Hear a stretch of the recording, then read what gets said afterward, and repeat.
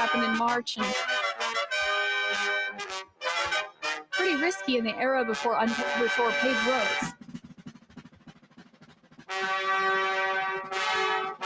Well, our last inauguration, we had a little bit of rain. President Trump, on our last inauguration, of course, President Obama, I think it was about 25 degrees. The weather's always an element. Ladies and gentlemen, the President-elect of the United States, Joseph Robinette Biden Jr. and Dr. Jill Biden.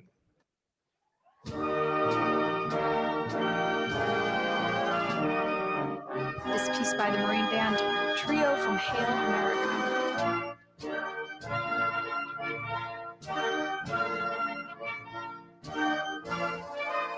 A Marine band known as the President's Own. They play at the pleasure of the President and the Commandant of the Marine Corps. And they've played at every inauguration since Jefferson's.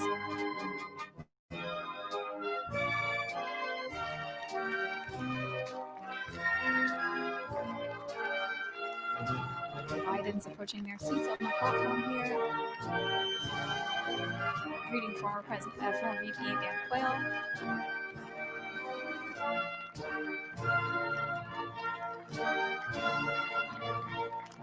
Look at his eyes. The pride. Ladies and gentlemen, please be seated. That's a phrase that is well welcomed right now.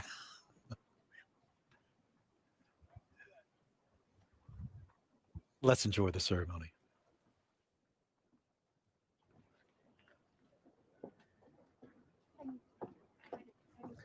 Please welcome the Honorable Amy Klobuchar.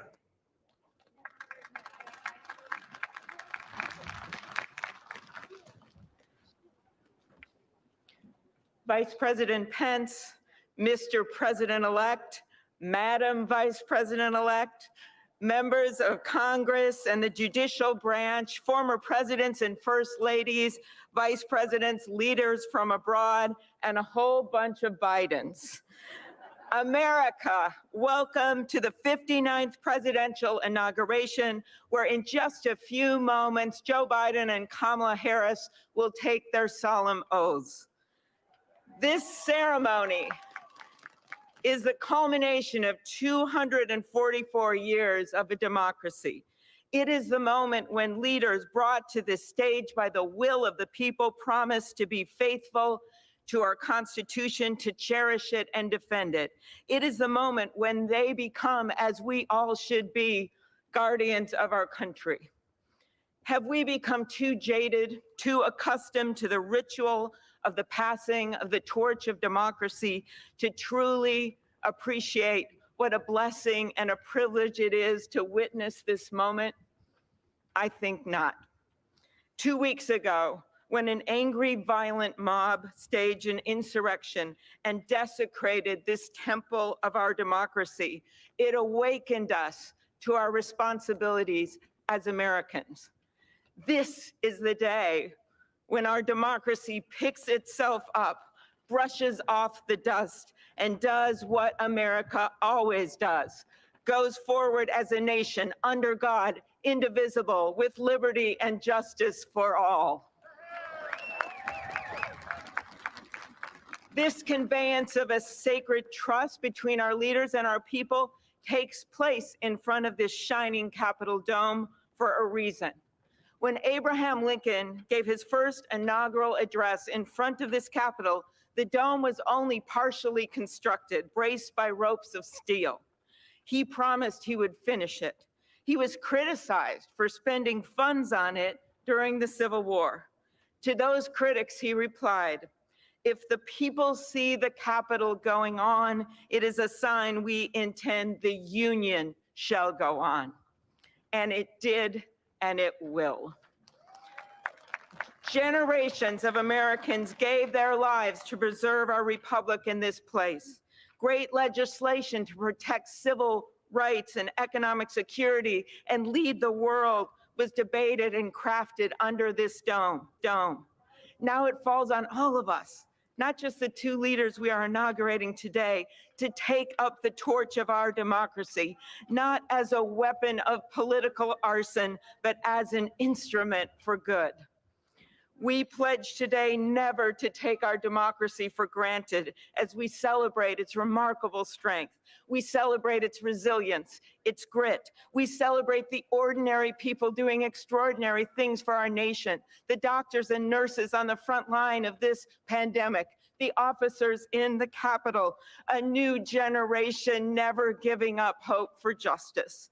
We celebrate a new president, Joe Biden, who vows to restore the soul of America and cross the river of our divides to a higher plane. And we celebrate our first African American, first Asian American, and first woman vice president, Kamala Harris, who stands on the shoulders of so many on this platform who have forged the way to this day. When she takes the oath of office, little girls and boys across the world will know that anything and everything is possible. And in the end, that is America, our democracy, a country of so much good. And today, on these Capitol steps and before this glorious field of flags, we rededicate ourselves to its cause. Thank you. It is now my honor to introduce to you the senator who has worked with me and so many others to make this ceremony possible, my friend and the chair of the Inaugural Committee, Missouri Senator Roy Blunt.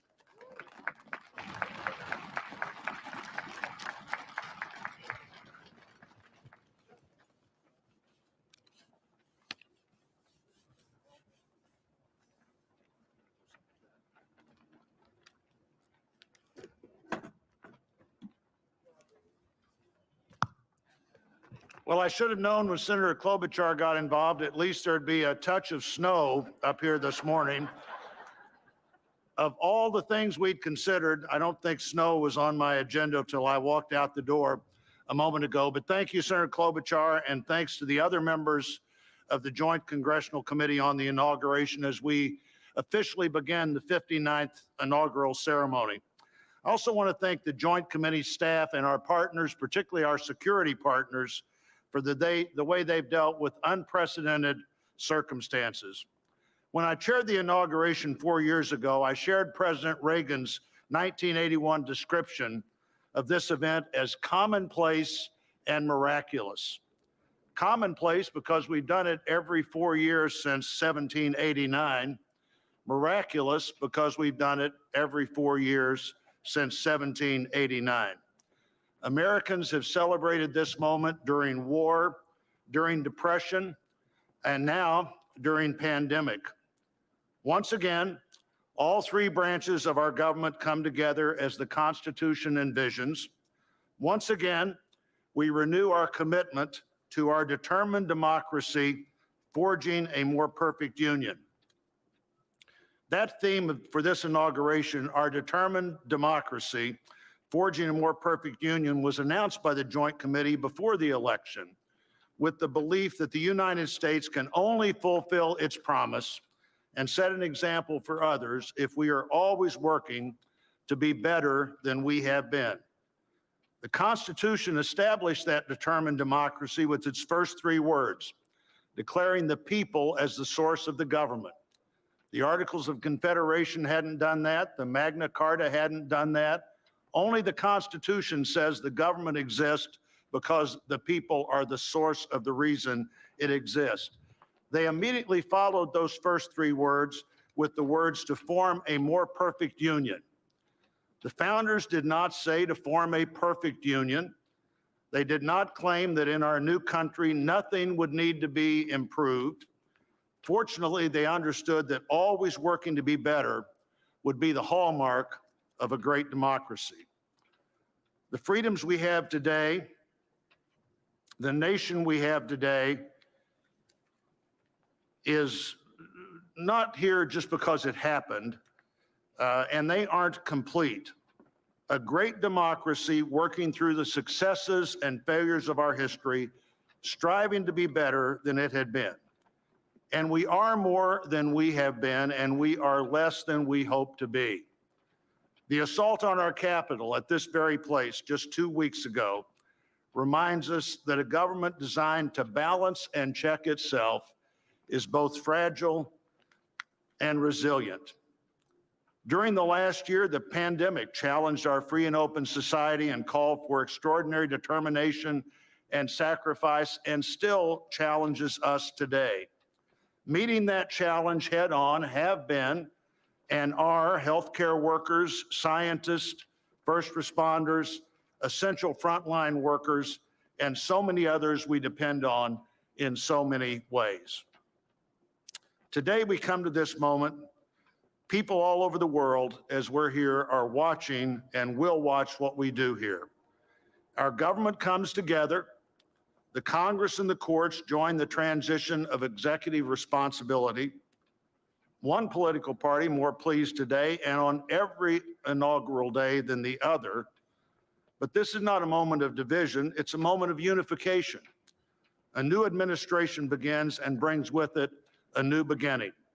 And with that, our great national debate goes forward, and a determined democracy will continue to be essential in pursuit of a more perfect union and a better future for all Americans.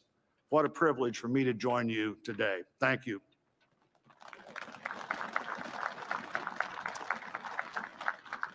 I'm pleased to call to the podium a longtime friend of the President-elect and his family, Father Leo O'Donovan, to lead us in an invocation.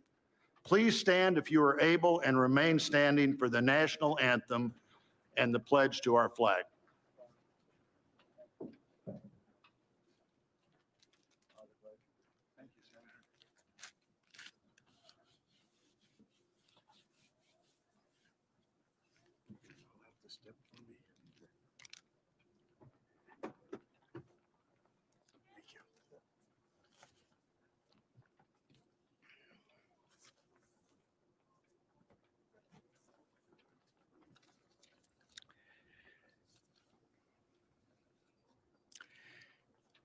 Gracious and merciful God, at this sacred time we come before you in need, indeed on our knees. But we come still more with hope and with our eyes raised anew to the vision of a more perfect union in our land, a union of all our citizens to promote the general welfare and secure the blessings of liberty to ourselves and our posterity. We are a people of many races, creeds, and colors, national backgrounds, cultures, and styles, now far more numerous and on land much vaster than when Archbishop John Carroll wrote his prayer for the inauguration of George Washington 232 years ago. Archbishop Carroll prayed that you, O Creator of all, would assist with your Holy Spirit of counsel and fortitude the President of these United States, that his administration may be conducted in righteousness and be eminently useful to your people. Today we confess our past failures to live according to our vision of equality, inclusion, and freedom for all. Yet we resolutely commit still more now to renewing the vision, to caring for one another in word and deed, especially the least fortunate among us, and so becoming a light for the world. There is a power in each and every one of us that lives by turning to every other one of us, a thrust of the Spirit to cherish and care and stand by others, and above all, those most in need. It is called love, and its path is to give ever more of itself. Today, it is called American patriotism, born not of power and privilege, but of care for the common good, with malice toward none and with charity for all. For our new president, we beg of you the wisdom Solomon sought when he knelt before you and prayed for an understanding heart so that I can govern your people and know the difference between right and wrong. We trust in the counsel of the letter of James. If any of you lacks wisdom, you should ask God, who gives generously to all without finding fault, and it will be given to you.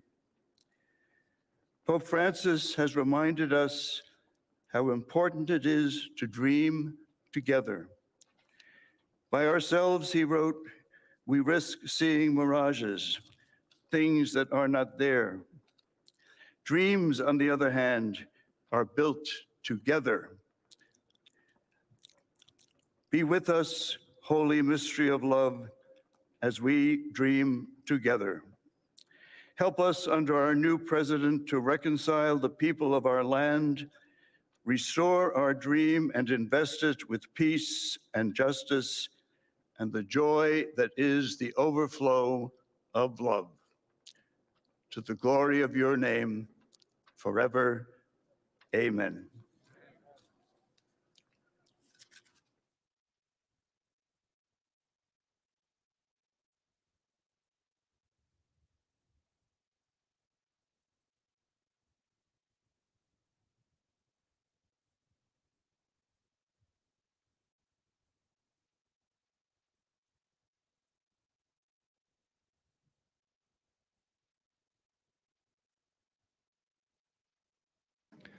Ladies and gentlemen, please remain standing for the presentation of our national colors by the Armed Forces Color Guard, the singing of our national anthem, and for the Pledge of Allegiance.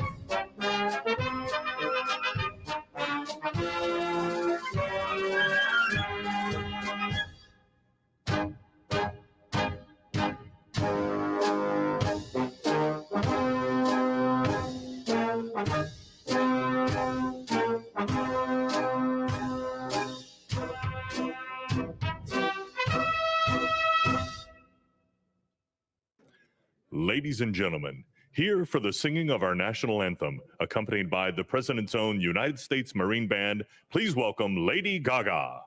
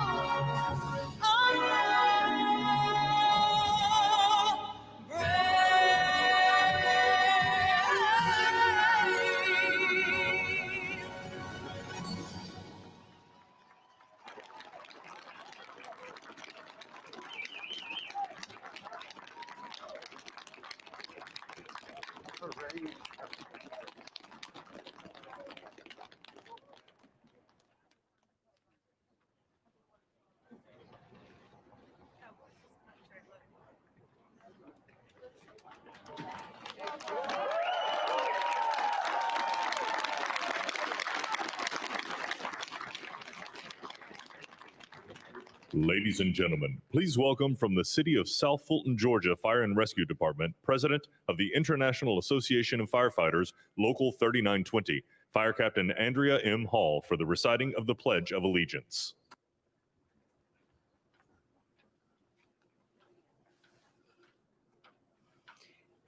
I pledge allegiance to the flag of the United States of America and to the republic for which it stands, one nation, under God, indivisible, with liberty and justice for all.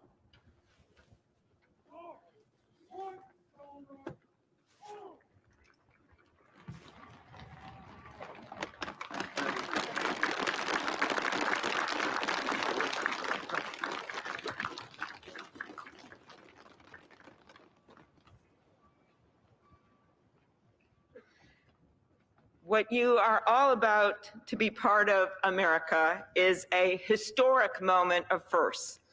To administer the oath to our first African American, our first Asian American, and our first woman vice president, Kamala Harris, it is my great privilege to welcome to the inaugural stage the first Latina to ever serve on the Supreme Court of the United States of America, Justice Sonia Sotomayor. Ladies and gentlemen, please remain standing for the oath of office, followed by musical honors.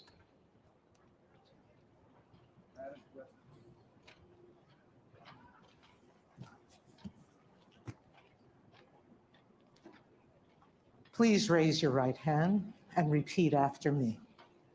I, Kamala Davy Harris, do solemnly swear I, Kamala Davy Harris, do solemnly swear that I will support and defend the Constitution of the United States that I will support and defend the Constitution of the United States against all enemies, foreign and domestic, against all enemies, foreign and domestic, that I will bear true faith and allegiance to the same, that I will bear true faith and allegiance to the same, that I take this obligation freely that I take this obligation freely without any mental reservation or purpose of evasion, without any mental reservation or purpose of evasion, that I will well and faithfully discharge that I will well and faithfully discharge the duties of the office on which I am about to enter. the duties of the office upon which I am about to enter. So help me God. So help me God.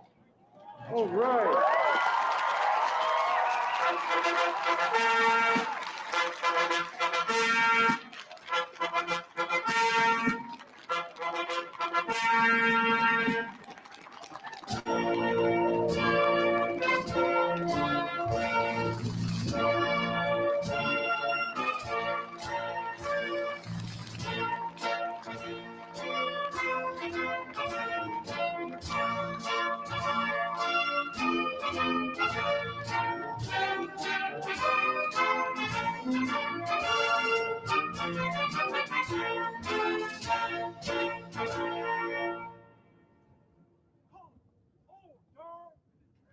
Ladies and gentlemen, please be seated.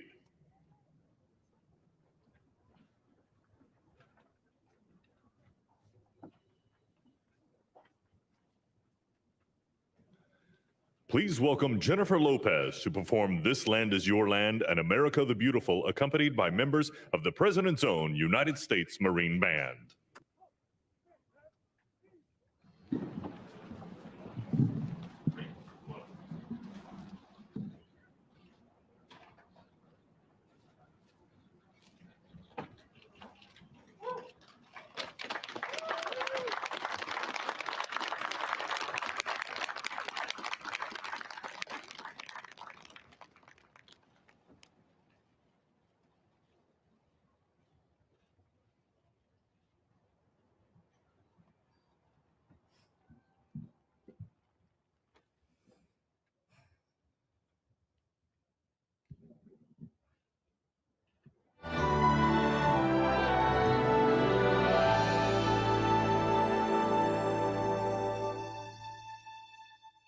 This land is your land.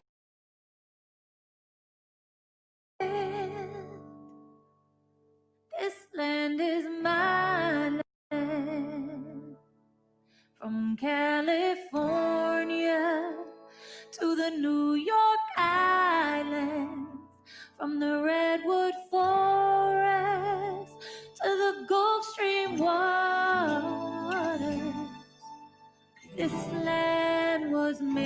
for you and me.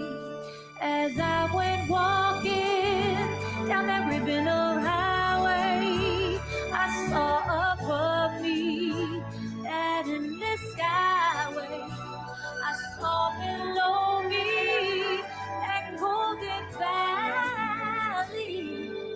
This land was made for you and me. Oh, this land, this land was made for you and me. Oh, this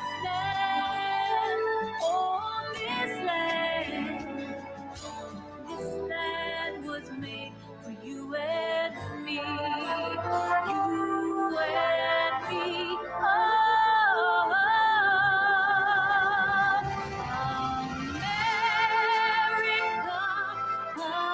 America, God shed His grace on thee and crown thy good with brotherhood. From sea to shining sea.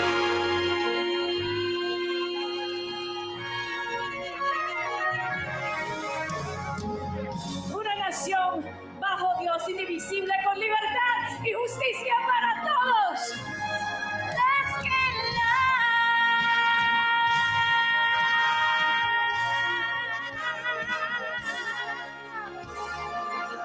This land was made for you and me.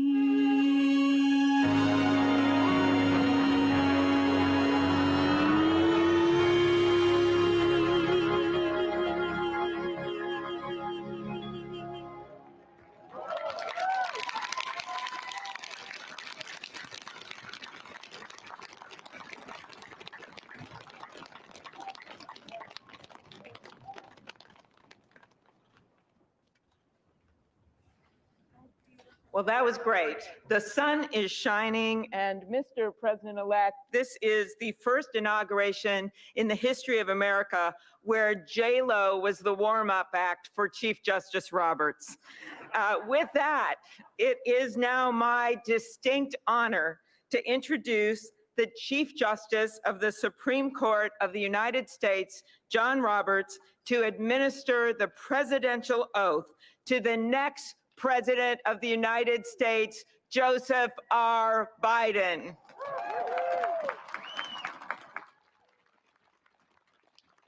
Ladies and gentlemen, please stand for the oath of office, followed by musical honors.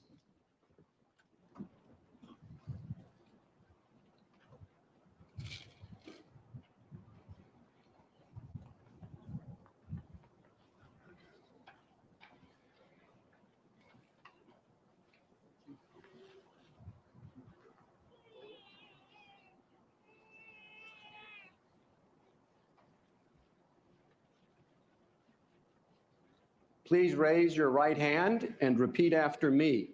I, Joseph Robinette Biden Jr., do solemnly swear I, Joseph Robinette Biden Jr., do solemnly swear that I will faithfully execute that I will faithfully execute the office of President of the United States the office of President of the United States and will, to the best of my ability, to the best of my ability, preserve, protect, and defend preserve, protect, and defend the Constitution of the United States. the Constitution of the United States. So help you God. So help me God. Congratulations, Mr. Thank President. you.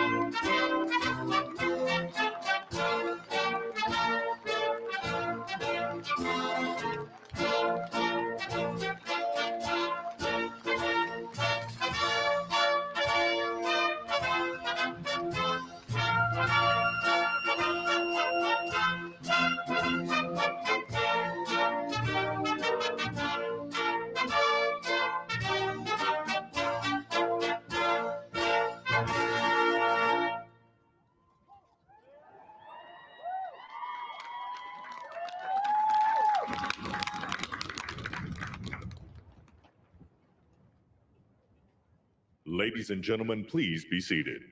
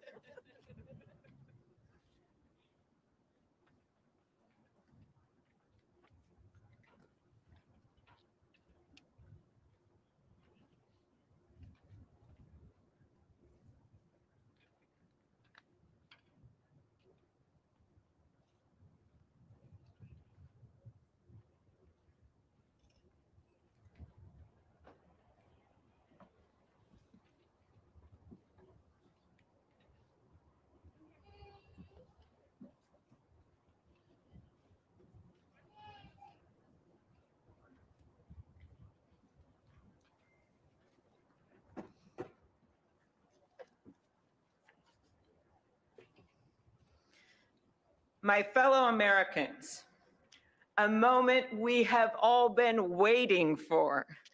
It is now my great privilege and high honor to be the first person to officially introduce the 46th President of the United States, Joseph R. Biden, Jr.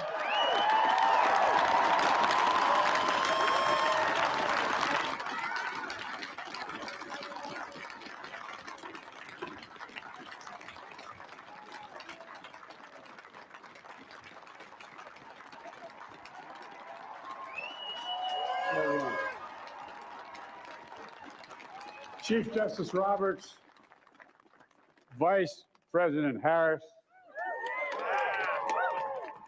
Speaker Pelosi, Leader Schumer, Leader McConnell, Vice President Pence, and my distinguished guests, my fellow Americans.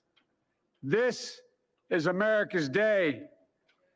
This is democracy's day, a day of history and hope, of renewal and resolve. Through a crucible for the ages, America has been tested anew, and America has risen to the challenge. Today, we celebrate the triumph not of a candidate, but of a cause, the cause of democracy. The people, the will of the people has been heard, and the will of the people has been heeded. We've learned again that democracy is precious. Democracy is fragile. And at this hour, my friends, democracy has prevailed. So now, on this hallowed ground where just a few days ago, violence sought to shake the Capitol's very foundation, we come together as one nation, under God, indivisible, to carry out the peaceful transfer of power as we have for more than 2 centuries. As we look ahead in our uniquely American way, restless, bold, optimistic, and set our sights on the nation we know we can be and we must be. I thank my predecessors of both parties for their presence here today. I thank them from the bottom of my heart. And I know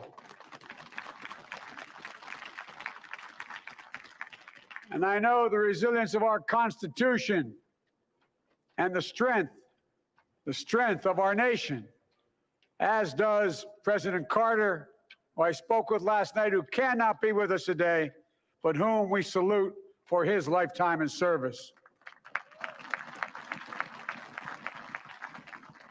I've just taken the sacred oath each of those patriots have taken. The oath first sworn by George Washington. But the American story depends not on any one of us, not on some of us, but on all of us, on we the people who seek a more perfect union. This is a great nation. We are good people. And over the centuries, through storm and strife, in peace and in war, we've come so far, but we still have far to go. We'll press forward with speed and urgency, for we have much to do in this winter of peril and significant possibilities. Much to repair, much to restore, much to heal, much to build, and much to gain. Few people in our nation's history have been more challenged or found a time more challenging or difficult than the time we're in now. Once-in-a-century virus that silently stalks the country. It's taken as many lives in 1 year as America lost in all of World War II. Millions of jobs have been lost. Hundreds of thousands of businesses closed. A cry for racial justice, some 400 years in the making, moves us. The dream of justice for all will be deferred no longer. A cry for survival comes from the planet itself. A cry that can't be any more desperate or any more clear. And now, a rise of political extremism, white supremacy, domestic terrorism, that we must confront and we will defeat.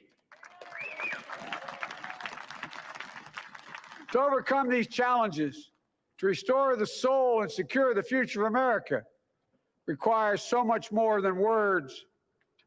It requires the most elusive of all things in a democracy: unity. Unity. In another January, on New Year's Day in 1863, Abraham Lincoln signed the Emancipation Proclamation. When he put pen to paper, the president said, and I quote, "If my name ever goes down into history, it'll be for this act, and my whole soul is in it." My whole soul is in it. Today, on this January day, my whole soul is in this. Bringing America together, uniting our people, uniting our nation. And I ask every American to join me in this cause.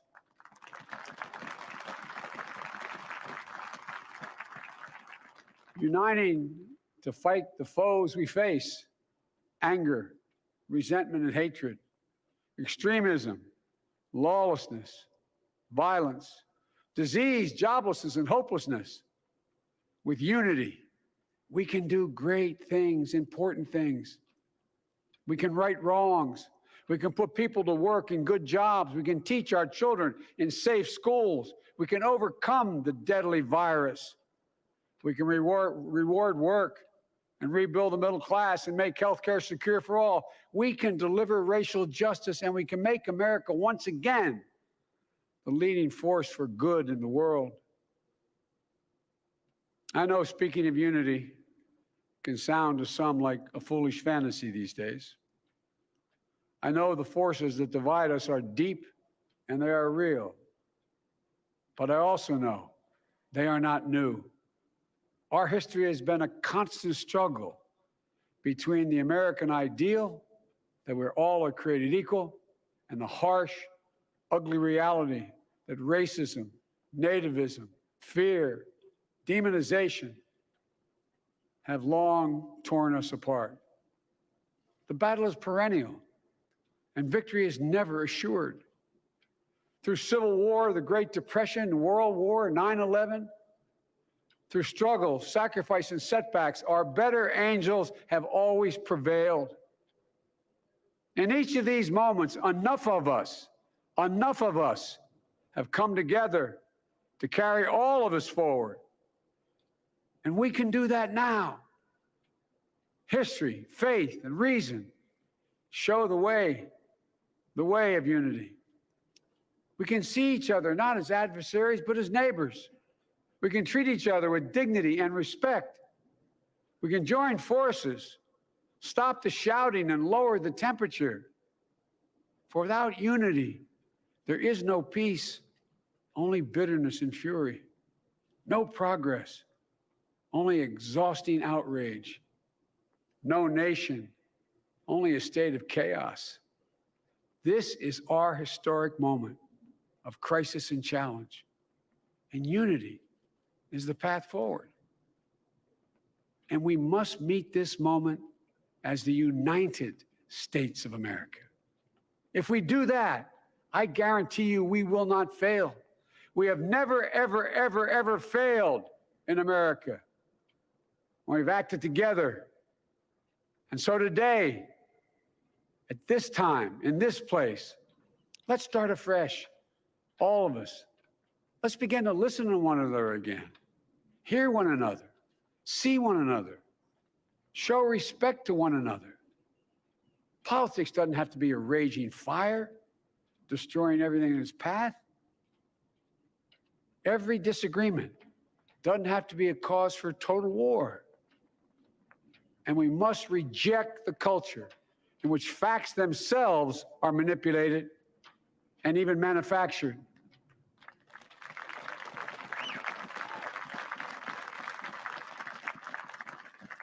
My fellow Americans, we have to be different than this. America has to be better than this. And I believe America is so much better than this. Just look around. Here we stand in the shadow of the Capitol Dome, as was mentioned earlier, completed amid the Civil War, when the Union itself was literally hanging in the balance. Yet we endured. We prevailed. Here we stand, looking out on the great mall where Dr. King spoke of his dream. Here we stand where 108 years ago, at another inaugural, thousands of protesters tried to block brave women marching for the right to vote. And today, we mark the swearing in of the first woman in American history elected to national office, Vice President Kamala Harris. Don't tell me things can't change. Here we stand across the Potomac from Arlington Cemetery, where heroes who gave the last full measure of devotion rest in eternal peace. And here we stand, just days after a riotous mob thought they could use violence to silence the will of the people, to stop the work of our democracy, to drive us from this sacred ground. It did not happen. It will never happen. Not today, not tomorrow, not ever, not ever.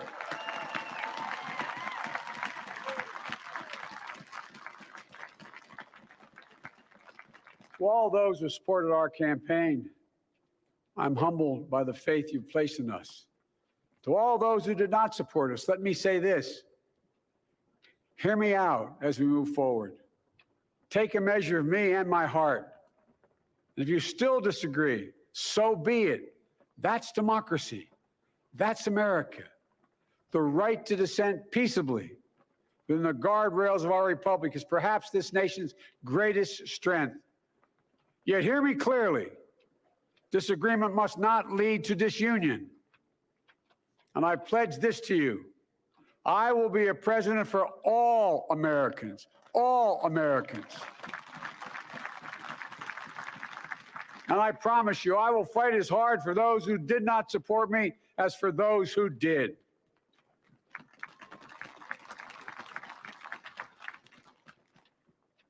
Many centuries ago, St. Augustine, a saint of my church, wrote that a people was a multitude defined by the common objects of their love. Defined by the common objects of their love.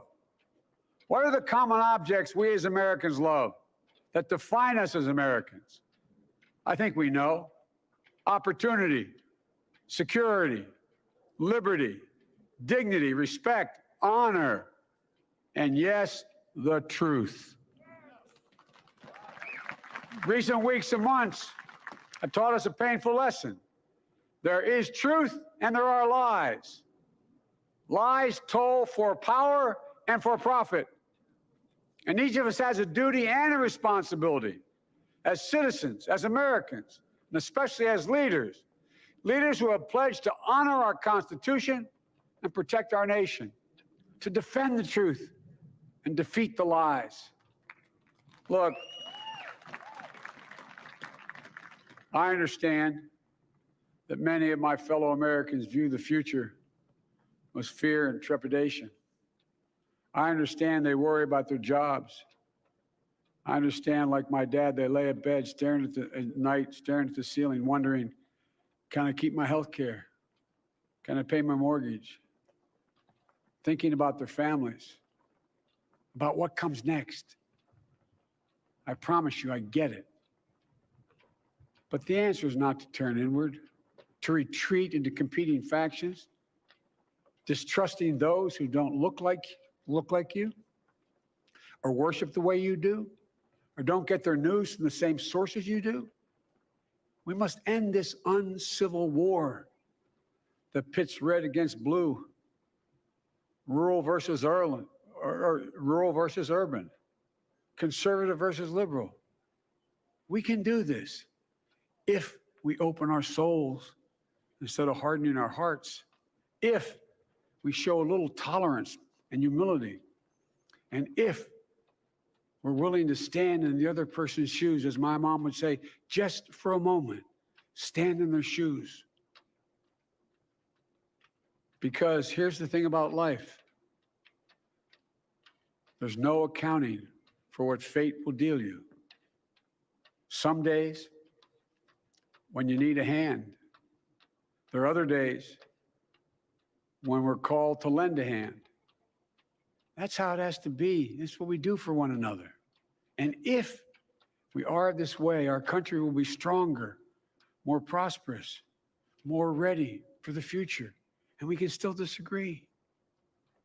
My fellow Americans, in the work ahead of us, we're going to need each other. We need all our strength to persevere through this dark winter. We're entering what may be the toughest and deadliest period of the virus. We must set aside politics and finally face this pandemic as one nation. One nation. And I promise you this, as the Bible says, weeping may endure for a night, but joy cometh in the morning. We will get through this together. Together. Look, folks, all my colleagues I serve with in the House and the Senate up here, we all understand the world is watching all of us today. So here's my message to those beyond our borders. America has been tested, and we've come out stronger for it. We will repair our alliances and engage with the world once again, not to meet yesterday's challenges, but today's and tomorrow's challenges. And we'll lead not merely by the example of our power, but by the power of our example.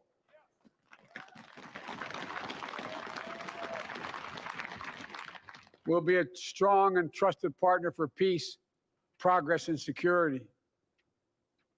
Look, you all know we've been through so much in this nation. And in my first act as president, I'd like to ask you to join me in a moment of silent prayer. Remember all those who we lost in this past year to the pandemic. Those 400,000 fellow Americans, moms, dads, husbands, wives, sons, daughters, friends, neighbors, and coworkers. We'll honor them by becoming the people and the nation we know we can and should be. So I ask you, let's say a silent prayer for those who've lost their lives and those left behind, and for our country.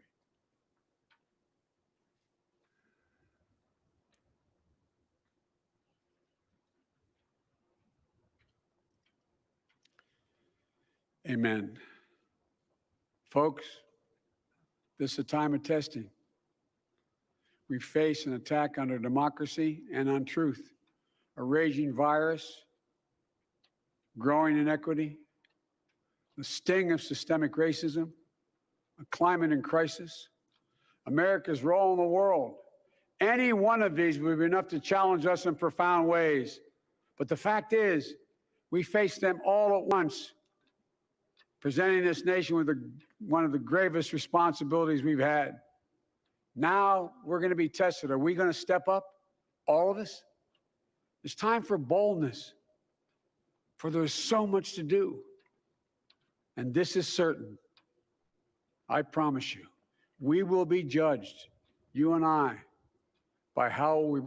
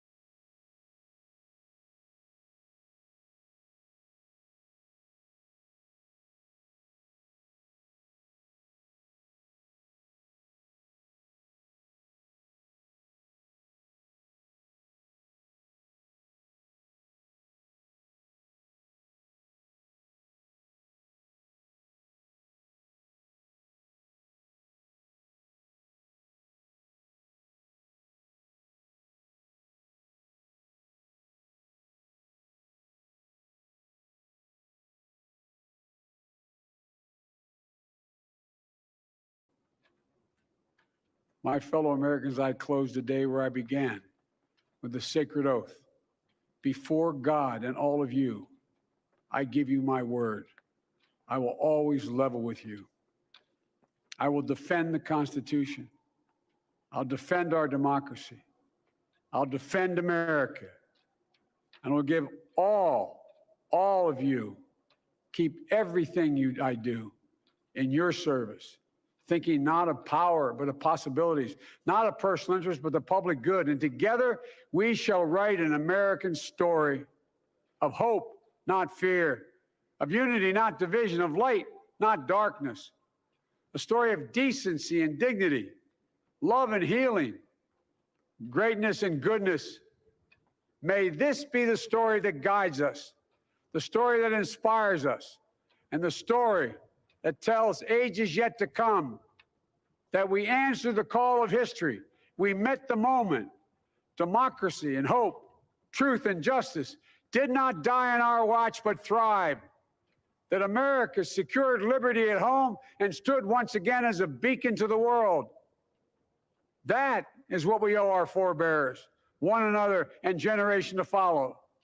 So, with purpose and resolve, we turn to those tasks of our time, sustained by faith, driven by conviction, and devoted to one another and the country we love with all our hearts. May God bless America, and may God protect our troops. Thank you, America.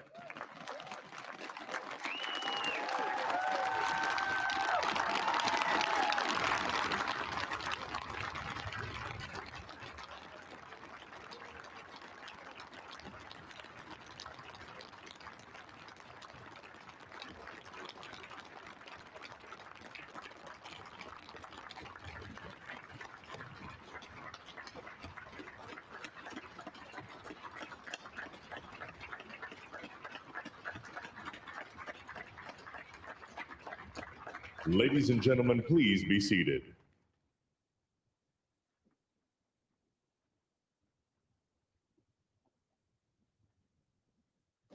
Ladies and gentlemen, please welcome Garth Brooks to perform Amazing Grace.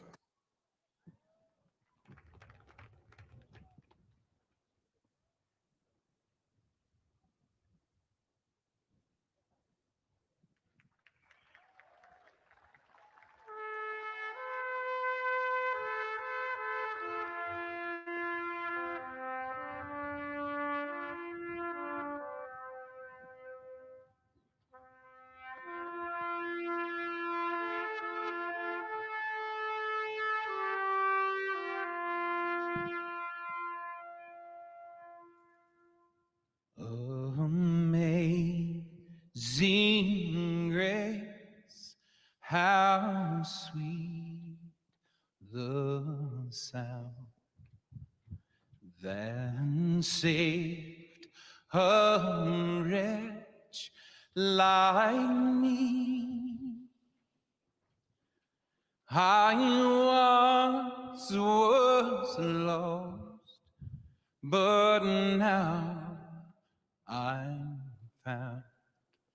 Was blind, but now I see.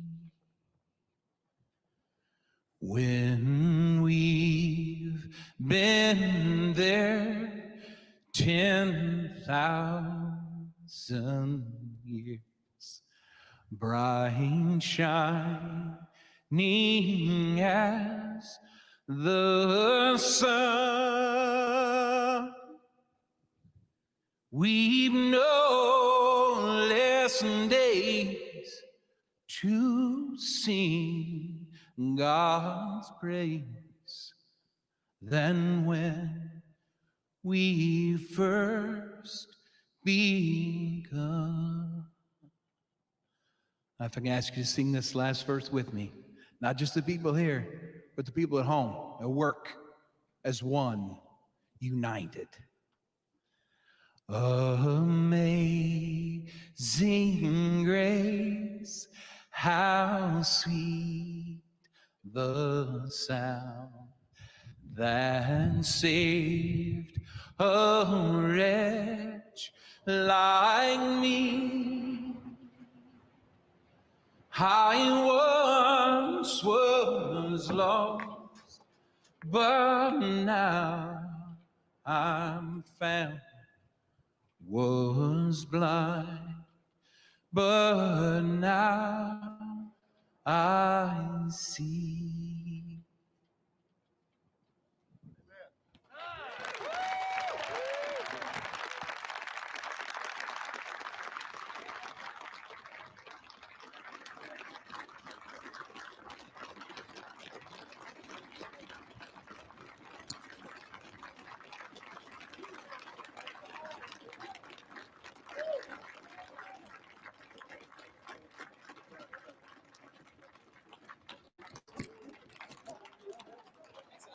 Hard not to be reminded of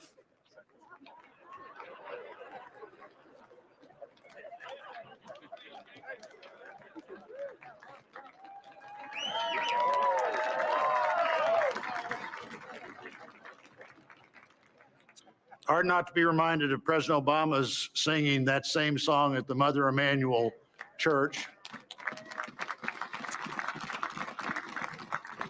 A song that in our culture is as close to both poetry and prayer as you could possibly come.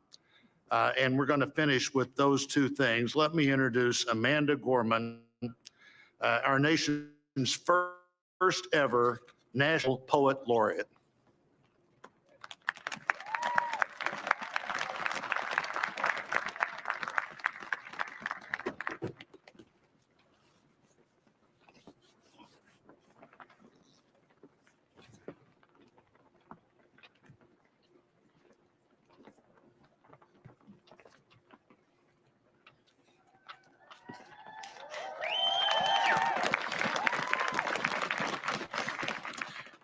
Mr. President, Dr. Biden, Madam Vice President, Mr. Emhoff, Americans, and the world. When day comes, we ask ourselves, where can we find light in this never-ending shade? The loss we carry, a sea we must wade. We've braved the belly of the beast. We've learned that quiet isn't always peace, and the norms and notions of what just isn't always just is. And yet the dawn is hours before we knew it. Somehow we do it. Somehow we've weathered and witnessed a nation that isn't broken, but simply unfinished. We, the successors of a country and a time where a skinny Black girl descended from slaves and raised by a single mother can dream of becoming president, only to find herself reciting for one. And yes, we are far from polished, far from pristine, but that doesn't mean we are striving to form a union that is perfect. We are striving to forge our union with purpose, to compose a country committed to all cultures, colors, characters, and conditions of man. And so we lift our gaze not to what stands between us, but what stands before us. We close the divide because we know to put our future first. We must first put our differences aside. We lay down our arms so we can reach out our arms to one another. We seek harm to none and harmony for all. Let the globe, if nothing else, say this is true. That even as we grieved, we grew, that even as we hurt, we hoped, that even as we tired, we tried, that we'll forever be tied together, victorious, not because we will never again know defeat, but because we will never again sow division. Scripture tells us to envision that everyone shall sit under their own vine and fig tree, and no one shall make them afraid. If we're to live up to our own time, then victory won't lie in the blade, but in all the bridges we've made. That is the promised glade, the hill we climb, if only we dare it, because being American is more than a pride we inherit. It's the past we step into and how we repair it. We've seen a force that would shatter our nation rather than share it, would destroy our country if it meant delaying democracy. And this effort very nearly succeeded. But while democracy can be periodically delayed, it can never be permanently defeated. In this truth, in this faith we trust, for while we have our eyes on the future, history has its eyes on us. This is the era of just redemption. We feared it at its inception. We did not feel prepared to be the heirs of such a terrifying hour, but within it we found the power to author a new chapter, to offer hope and laughter to ourselves. So, while once we asked, how could we possibly prevail over catastrophe? Now we assert, how could catastrophe possibly prevail over us? We will not march back to what was, but move to what shall be, a country that is bruised but whole, benevolent but bold, fierce and free. We will not be turned around or interrupted by intimidation, because we know our inaction and inertia will be the inheritance of the next generation. Our blunders become their burdens. But one thing is certain: if we merge mercy with might and might with right, then love becomes our legacy and change our children's birthright.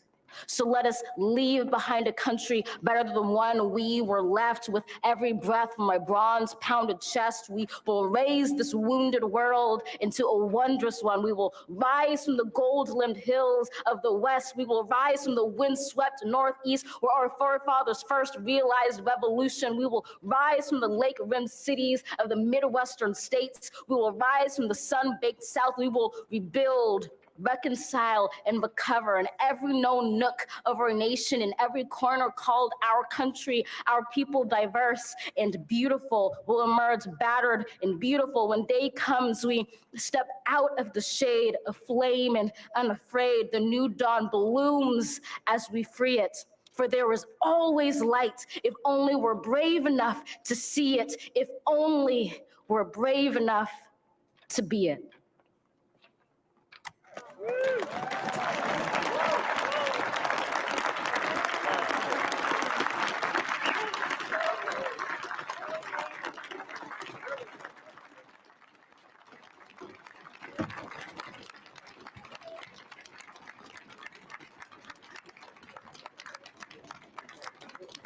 Thank you, Amanda Gorman. Now for our benediction, I'm pleased to introduce Reverend Dr. Sylvester Beeman, the pastor of the Bethel African Methodist Episcopal Church in Wilmington, Delaware, a friend of President Biden for 30 years.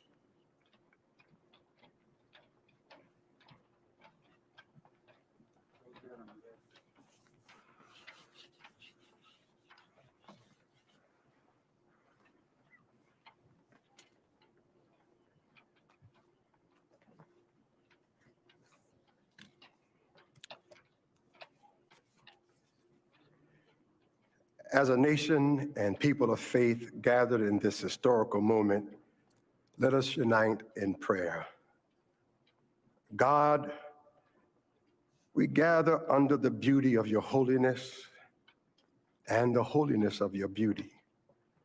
We seek your face, your smile, your warm embrace. We petition you once more in this celebration. We pray for divine favor upon our President, Joseph R. Biden, and our First Lady, Dr. Jill Biden, and their family. We further ask that you would extend the same favor upon our Vice President, Kamala D. Harris, and our second gentleman, Doug Emhoff, and their family. More than ever, they and our nation need you.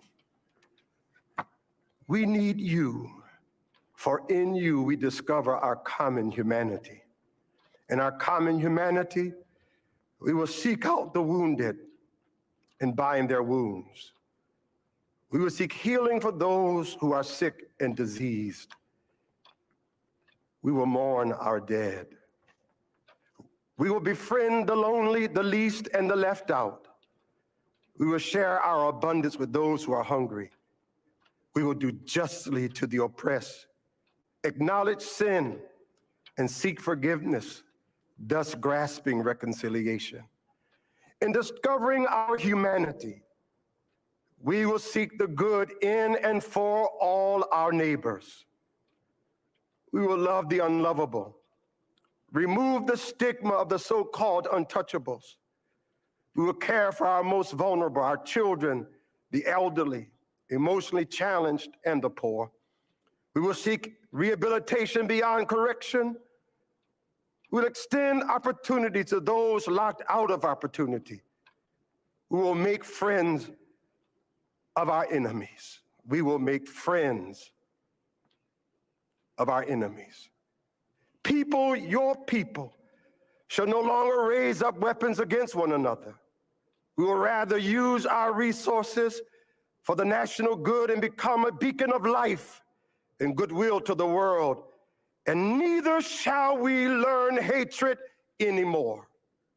We will lie down in peace and not make our neighbors afraid. In you, O God, we discover our humanity. In our humanity, we discover our commonness. Beyond the difference of color, creed, origin, political party, ideology, geography, and personal preferences. We'll become greater stewards of your environment, preserving the land, reaping from it a sustainable harvest, and securing its wonder and miracle-giving power for generations to come. This is our benediction, that from these hallowed grounds, where slaves labored to build this shrine and citadel to liberty and democracy, let us all acknowledge, from the indigenous Native American to those who recently received their citizenship, from the African American to those whose foreparents came from Europe and every corner of the globe, from the wealthy to those struggling to make it, from every human being, regardless of their choices, that this is our country. As such, teach us, O God. As such, teach us, O God, to live in it, love in it, be healed in it, and reconcile to one another in it, lest we miss kingdom's goal. To your glory, majesty, dominion, and power forever. Hallelujah. Glory, hallelujah. In the strong name of our collective faith. Amen. Please remain standing as the Armed Forces Color Guard retires our national colors.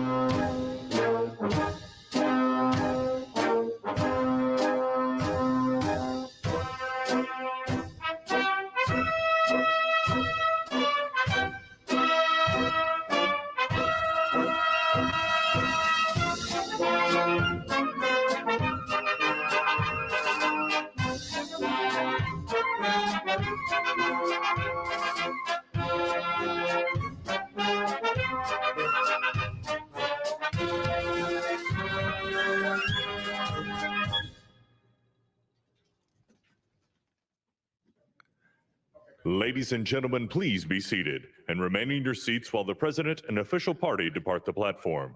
For safety reasons, your ushers will release your section in an organized manner, following the playing of our national march, The Stars and Stripes Forever.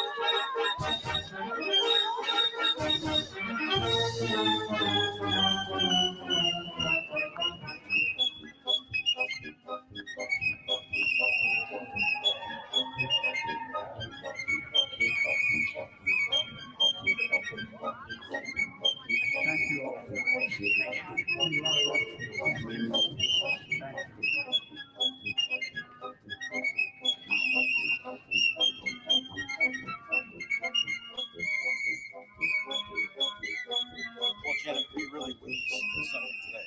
What did we witness? Janet, we really witnessed something today. What did we witness? Secession, orderly, discipline. Orderly, disciplined secession. I'd like to make a couple of remarks in terms of Abraham Lincoln. He was quoted 3 times, now not by necessarily President Biden, but from the time the ceremony started. And 2 of the quotes were coming from his inauguration. How about the first youth poet, Inaugural? She was tremendous, using words like rebuild and recovery, but she's awfully skilled in alliteration. Yes, Amanda Gorman's poem, The Hill We Climb, an uplifting moment. Poets have been included in the ceremony since 1961. We were talking a little bit earlier, Robert Frost that year for Kennedy's inauguration read a poem, and it's one of these ways in which this tradition is expanding and contracting, right? There are different things each year, and there are some things that are the same from one to the next, but one constant is the peaceful transfer of power. You know, at times during inaugural ceremonies, you can see things that look regal, and then you have something that was just so common and it just fit. Garth Brooks walking down the staircase and singing Amazing Grace, and when he left, it's as if his horse was hitched on the east side of the Capitol and he rode off. It was just wonderful. You know, the Joint Committee the Joint Congressional Committee on Inaugural Ceremonies, Chairman Blunt said, we're witnessing an event both commonplace and miraculous. And I think you just summed it up right there. The commonality that we feel when we see musical performances, when we hear live music, and then this miraculous moment where we see this changeover of power. And it's something which is unique to the United States, this ceremony. Nobody else does anything like this. And nobody else has a live stream feed like ours, because we have cameras in places. Even now.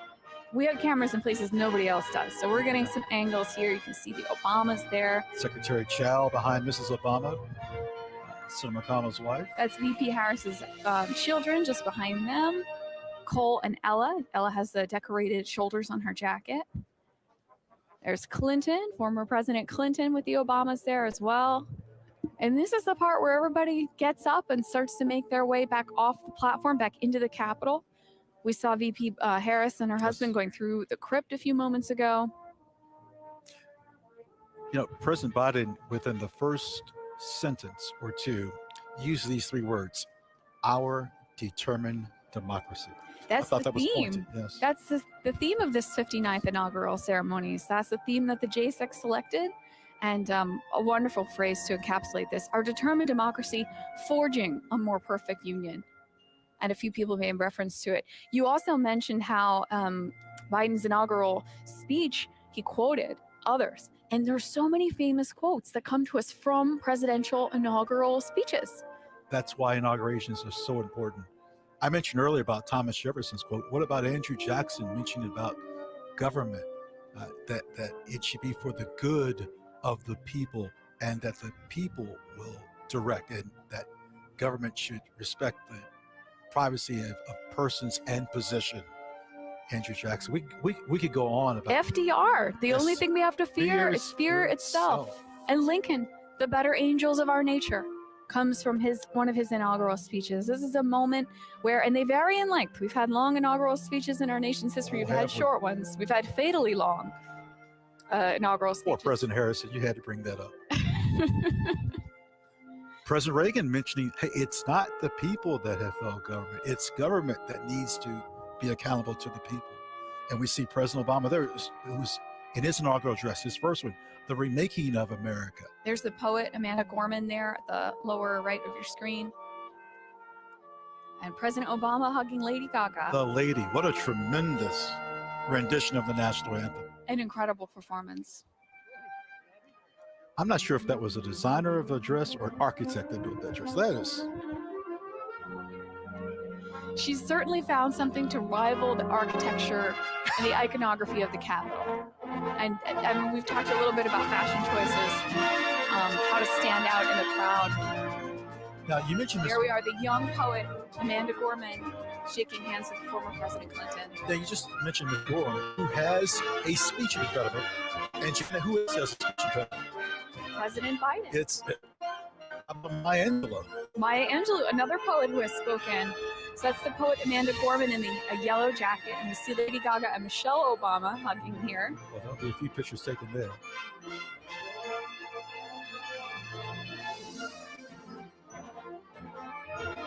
We're we go looking back to the East Front. East Front steps. Ladies and gentlemen, it's not over. What do we mean by it's the departure of Mr. Pence?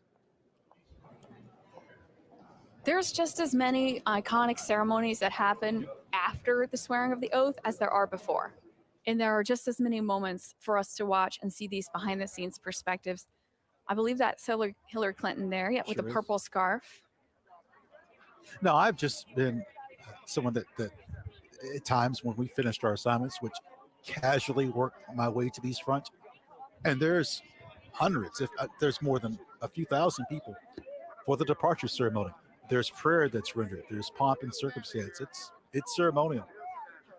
Well, again, we talked a little bit earlier about how where is the president inaugurated versus where is the president not inaugurated? And this happens here at the Capitol, Yes. the home of the legislative branch, the home of Congress.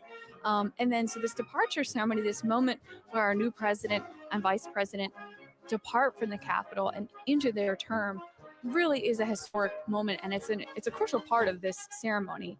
Now, one thing that's different this year is that traditionally there is an inaugural luncheon that's held shortly after taking of the oaths. In the old House chamber known as Statuary Hall, well, as you said, this year because of the pandemic, we're not having it. That's the poet Amanda Gorman there in the yellow jacket again. And a beautiful view of the dome here on the west front of the Capitol. Again, those flags there representing the center one is our current flag, 50 stars for 50 states. The ones at the far ends for the 13 colonies that were in the Union in the beginning. Friends, we have a video clip for you right now. When applicable, following the swearing-in ceremonies on the west front of the U.S. Capitol, the outgoing president and first lady leave the Capitol to begin their post-presidential lives. Traditionally, the president's departure takes place with little ceremony. In 1797, George Washington attended the inauguration of his successor, John Adams. With few exceptions, subsequent departing presidents followed Washington's example. Until the early 20th century, the departing president also usually accompanied the newly elected president on the carriage ride from the Capitol to the White House following the inauguration. In the early 20th century, a new tradition evolved whereby the outgoing president quietly left the Capitol immediately following the swearing-in ceremony. In 1909, after congratulating President Howard Taft, former President Theodore Roosevelt left the Capitol for Union Station, where he took a train to his home in New York. Outgoing Presidents Coolidge and Hoover also left the Capitol for Union Station, where they traveled home by train. Outgoing Presidents Truman, Eisenhower, and Johnson left the Capitol by car. In recent years, the newly installed president and vice president have escorted their predecessors out of the Capitol after the swearing-in ceremony. The members of the JSIC gather on the stairs on the east front of the Capitol building and watch as the new vice president escorts the outgoing vice president and his spouse out of the Capitol through a military cordon. Then, the new president escorts the outgoing president and his spouse through the military cordon. Since Gerald Ford's departure in 1977, the former president and first lady have left the Capitol grounds by helicopter, weather permitting.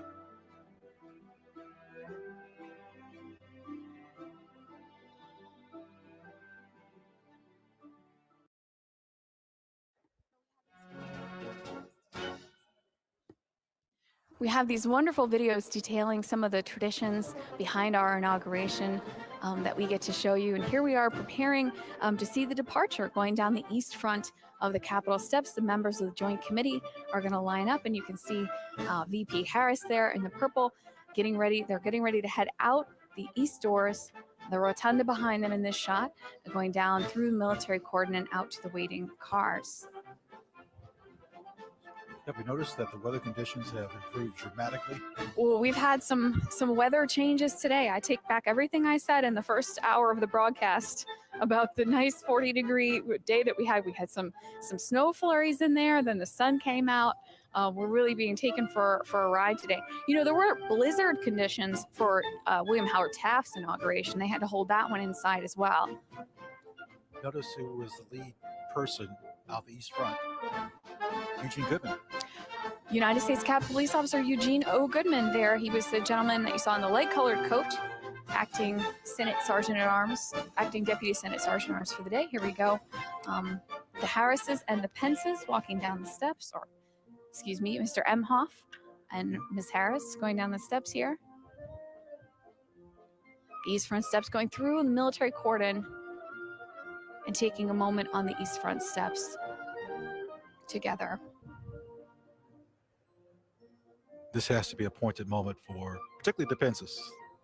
We don't know what the future holds for them, but you know, Al Gore was my college graduation speaker, and he said the moment that it took hold for him, that it was over, was when he walked away after this moment, and The Secret Service wasn't there, the car was, everything was different right at this moment. And that's when he realized really what the changeover was. He referenced that in his speech at my graduation.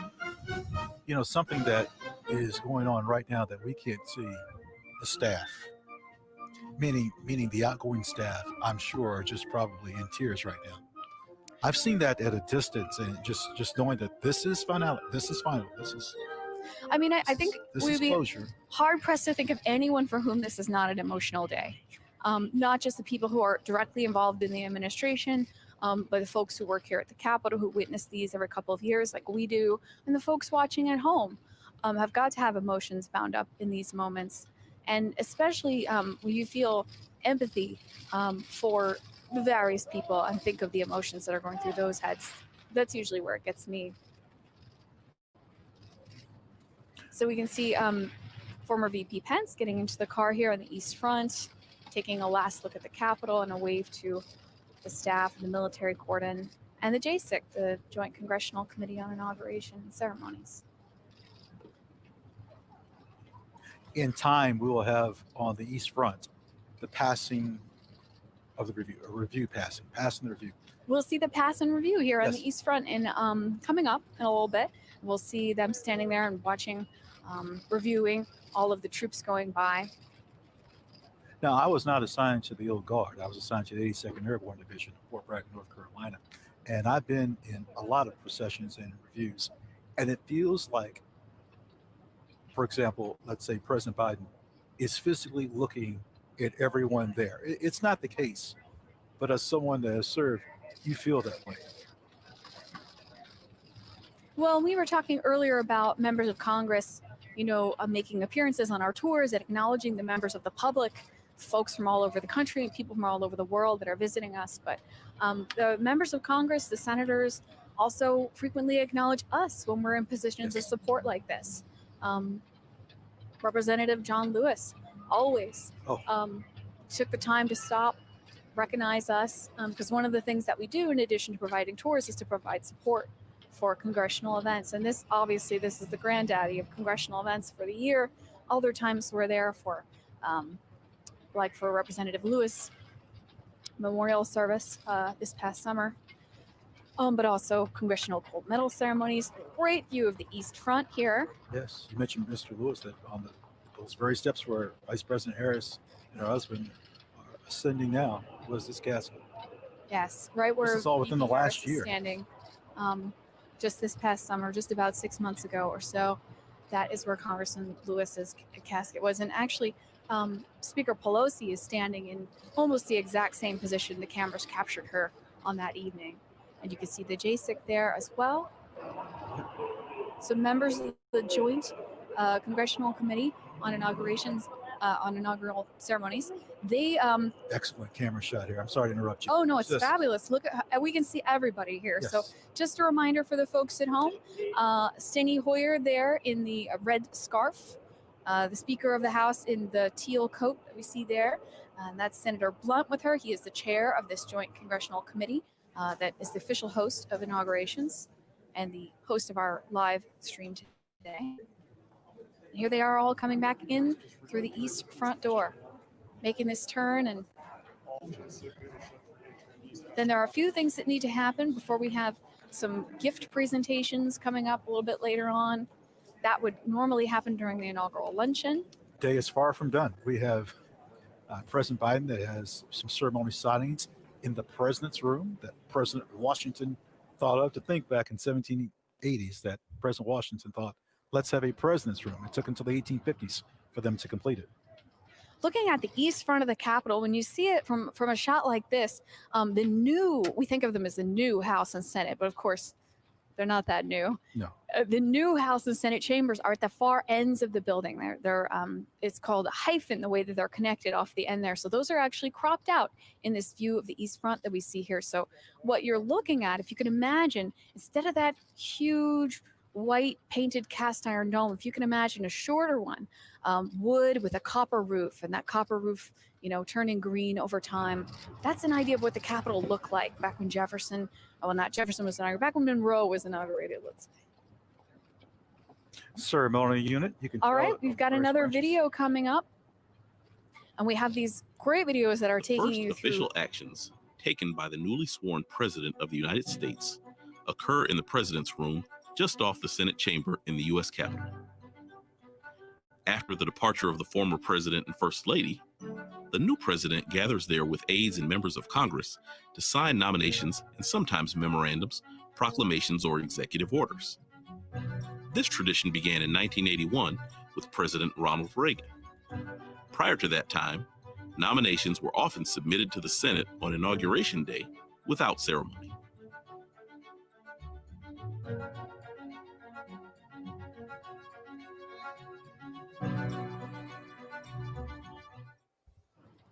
All right, I think members of the military cordon here, bayonets affixed. Heading back into the Capitol, you can see a fleet of cars there transporting all these folks. Of course, the ones with the flags on the front there, most likely vice presidential vehicles. The area that they're going towards is the law library. And then in that area is where Thomas Jefferson was first inaugurated, March 4th, 1801. And his second inauguration was in that room. Yeah, right there on the first floor of the Senate side. It's part of the oldest section of the building. Jen, I hope the people can see this pediment that's in this triangle. And it's Genius of America. And it used to be We're talking about sandstone. the triangular section Yes. above the door. Used to be sandstone. And it deteriorated. And they changed it to marble from Tate, Georgia. And so, friends, there was a part of this porch, if you will, that was extended out about 32 feet just before President Kennedy was inaugurated to give balance to the dome. Now you see people around there. That's something that's in the past that was allowed by the general public. I'm talking about the 1940s, 30s. It was just overwhelmed with people, and that's one of the reasons why we don't have inaugurations on the east side anymore.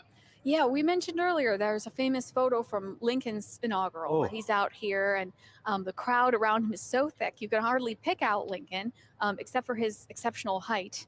And in that photo with him actually is John Wilkes Booth, who attended Lincoln's inaugural that day and said, if I'd had my weapon, I could have had a shot at him. That's how close he was. That would be the last speech he would make. Now, speaking of Lincoln and the Civil War, flanking that door are figures of war and peace in those niches there on either side of the east front door. So again, the east front of the Capitol was the traditional front of the building. The Statue of Freedom on top faces this direction. Of course, you were just discussing the pediment, the sculpture that's there above the door. Of course, there's no part of the Capitol that's not ornate. And there is no back of the Capitol. There's an east front and there's a west front. And I think maybe we need to emphasize that today. So here, everything's happening on both fronts of the Capitol today. Here on the east front, we saw arrivals coming in earlier. We've got departures, the pass and review coming up. And as for the actual swearing in, over on the west front side. All three branches of government. This is shot inside the president's room, the folks. press room. Friends, look at these beautiful floors. These are English Minton tiles from Minton tiles. Stoke-upon-Trent, England. They're $2.03 per tile. And what you're seeing, I love this camera view, is President Washington's cabinet. It looks like Henry Knox, Secretary of War in the corner there. I don't know if I can emphasize enough how unique this opportunity is for us to see this. I worked at the Capitol now for 12 years, and I've seen the inside of this room maybe half a dozen times. Ladies and gentlemen, stand by for a video on the signing ceremony. You want to see this. The first official actions taken by the newly sworn President of the United States occur in the President's room just off the Senate chamber in the U.S. Capitol.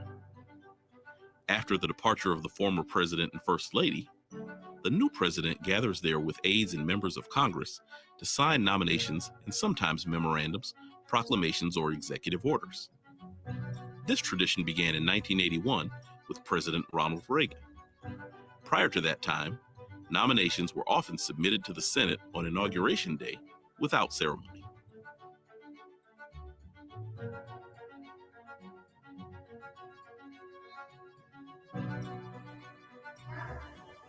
So the president's room is a really special room inside the Capitol, and we're actually not going to be able to show you the moments, some of the moments here that we're recording them for posterity, but they're not necessarily going to be live because of the importance of what happens in this space.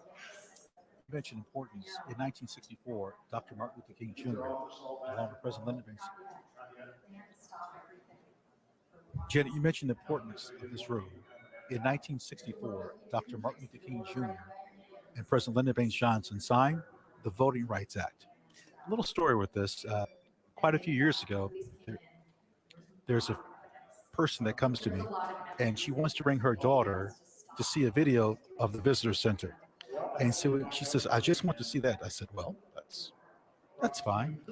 And little did I know at that time when she left, and she says, I'm Lenny Bird. It's President Johnson's daughter who wants her granddaughter to see her father in the video. It was such a moving moment for me. So we're coming up on the signing ceremony here today, folks, and we have some video about that. While the tradition of an inaugural luncheon dates back as far as 1897, when the Senate Committee on Arrangements gave a luncheon for President McKinley and several other guests at the Capitol, it did not begin in its current form until 1953. That year, President Dwight D. Eisenhower, Mrs. Eisenhower, and 50 other guests of the JASIC dined on cream chicken, baked ham, and potato puffs in the now restored Old Senate Chamber. From the mid-19th century to the early 20th century, presidents left the Capitol after the swearing-in ceremonies and traveled to the White House for a luncheon prepared by the outgoing president and First Lady.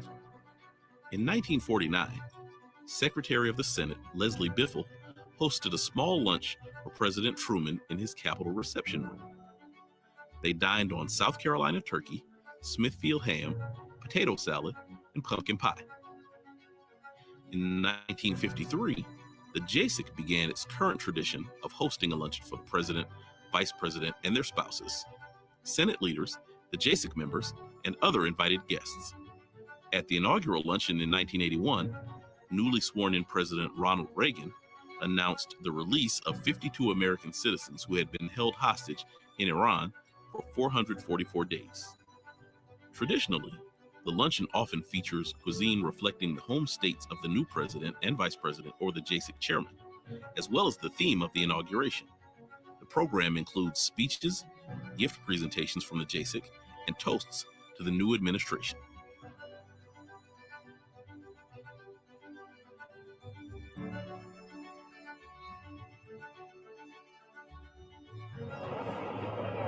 So this is the site of our broadcast today. This is the Russell Senate Office Building.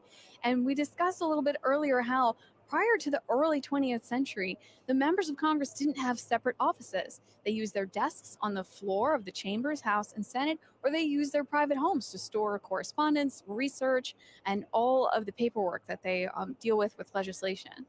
It took some time, but by 1909, we had a building that the senators work out of. And then it's renamed years later after Richard Russell from the state of Georgia. And we're located just outside of the beautiful Kennedy Caucus Room, named after John Fitzgerald Kennedy, Robert Francis Kennedy, and Edward Kennedy. Oh, look at our control room. Yeah, the Kennedy Caucus Room, normally the site of many wonderful ceremonies, but today it is our Mission Control Center. You can see right there our wonderful team putting together this live stream broadcast today. We've got, as we mentioned, we have cameras in a lot of places that other folks don't, so you can see all of our camera feeds up on the screen there. And this is a huge and beautiful room. It's so ornate. It's in the style of Versailles. Mm-hmm. Well, the windows are from France. Now, you could fit a tennis court and maybe half a basketball court here. I mentioned this earlier. There should be an opera performed here. But this is our control center, and we've had over 30 camera feeds throughout the building, throughout the campus, that's giving you this great coverage. You might have heard a collective gasp from Ron and I earlier when we got that camera view inside the president's room, right? Where right now the president and president is being briefed, and then there'll also be in a few minutes a little bit of signing activity happening there. It is a beautiful and ornate room inside the Capitol. There really are no unornate spaces inside this Capitol complex, but these are among some of the most beautiful ones. Our friends from Texas, I think, are making a departure. You know, this Kennedy caucus room has been the site of a few hearings. Yeah, a few. The Titanic. Teapot Dome scandal. Well, how about McCarthy hearings? In 1937, this is where President Roosevelt's plan to pack the Supreme Court was discussed. And Watergate hearings. So I don't think this room is not too unfamiliar for a lot of Americans. Well, this might be something which is a point of interest to our audience at home, because they probably picture all of the action happening in the chambers. No. And really, the chambers are where the voting happens and a certain amount of debate. But caucus rooms like this, committee chambers, here we see the Clintons departing there on our screen. Caucus rooms like this, committee chambers, rooms all over the Capitol are where a lot of the action happens. And if you watch hearings on TV, you may notice that you're seeing different spaces than you see when you watch votes. Here comes the Obamas. We're watching these departures on the East Front as we're coming to you from a separate building over in the Russell Senate Office building. You know, this building is made intentionally to be fireproof. You know what's ironic, Janet? This building is so old, yet when they built the new buildings, such as the Hart Building, the members didn't want to go to the technology building. Everyone likes everything old. Think about this. I mean, where do they have inaugural luncheons for the president? Old statuary hall, old House chamber. Where were they before? Old Senate chamber. No one likes anything new. Yeah, we have a very long memory. I mentioned to you guys in the beginning that the guide service has been part of the story here on Capitol Hill, part of the community since 1876. So when Ron and I talk about old versus new, we really mean that in like a much further reach. If you can imagine this new Hart Senate office building he's talking about, it's a little bit older than me, I think. And we talk about the new House chamber, the new Senate chamber. Those are from the late 1850s. The new House chamber received criticism because of artificial air, artificial light. I mean, amazing. Now, the old House chamber we now call National Statuary Hall. That video that we just watched about inaugural lunches showed a lot of photographs that happened there in National Statuary Hall, where that luncheon is traditionally held. And it's the former House chamber. And actually, it's the way the building functions architecturally, it's pretty much a pass-through. It's directly on the route between the rotunda, the Speaker's office, and the House floor. Janet, let's go to another video, please. On March 4th, 1793, Washington gave the shortest inaugural address on record, just 135 words. Every president since Washington has delivered an inaugural address. While many of the early presidents read their addresses before taking the oath, current custom dictates that the Chief Justice of the Supreme Court administer the oath first, followed by the president's speech. William Henry Harrison delivered the longest inaugural address at 8,445 words on March 4th, 1841. John Adams' inaugural address, which totaled 2,308 words, contained the longest sentence at 737 words. In 1921, Warren G. Harding became the first president to take his oath and deliver his inaugural address through loudspeakers. In 1925, Calvin Coolidge's inaugural address was the first to be broadcast nationally by radio. And in 1949, Harry S. Truman became the first president to deliver his inaugural address over television airwaves. Most presidents use their inaugural address to present their vision of America and to set forth their goals for the nation. Some of the most eloquent and powerful speeches are still quoted today. In 1865, in the waning days of the Civil War, Abraham Lincoln stated, "With malice toward none, with charity for all, with firmness in the right as God gives us to see the right, let us strive on to finish the work we are in, to bind up the nation's wounds, to care for him who shall have borne the battle and for his widow and his orphan, to do all which may achieve and cherish a just and lasting peace among ourselves and with all nations." In 1933, Franklin D. Roosevelt avowed, "We have nothing to fear but fear itself." And in 1961, John F. Kennedy declared, "And so, my fellow Americans, ask not what your country can do for you. Ask what you can do for your country."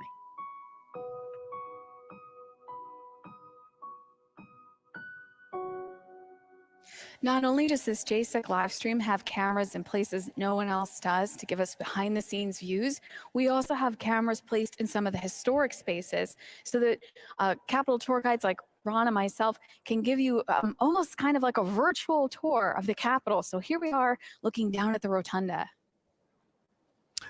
This rotunda floor, it's about 7,200 square feet, and the angle is giving you a view of a painting. Now, it's called a frieze, and the style is trompe l'oeil. Yes, I don't speak French well.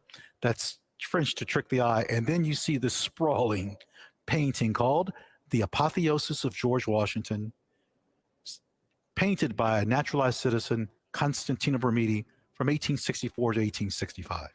So if you can imagine this, folks, this is 180 feet above your head. From this angle, it's like you're standing on the floor of the rotunda, except we've got this X-ray vision where we can zoom in and really look at the fresco on the ceiling. Now, fresco means fresh in Italian, and it's painted on wet plaster. This is done actually in place.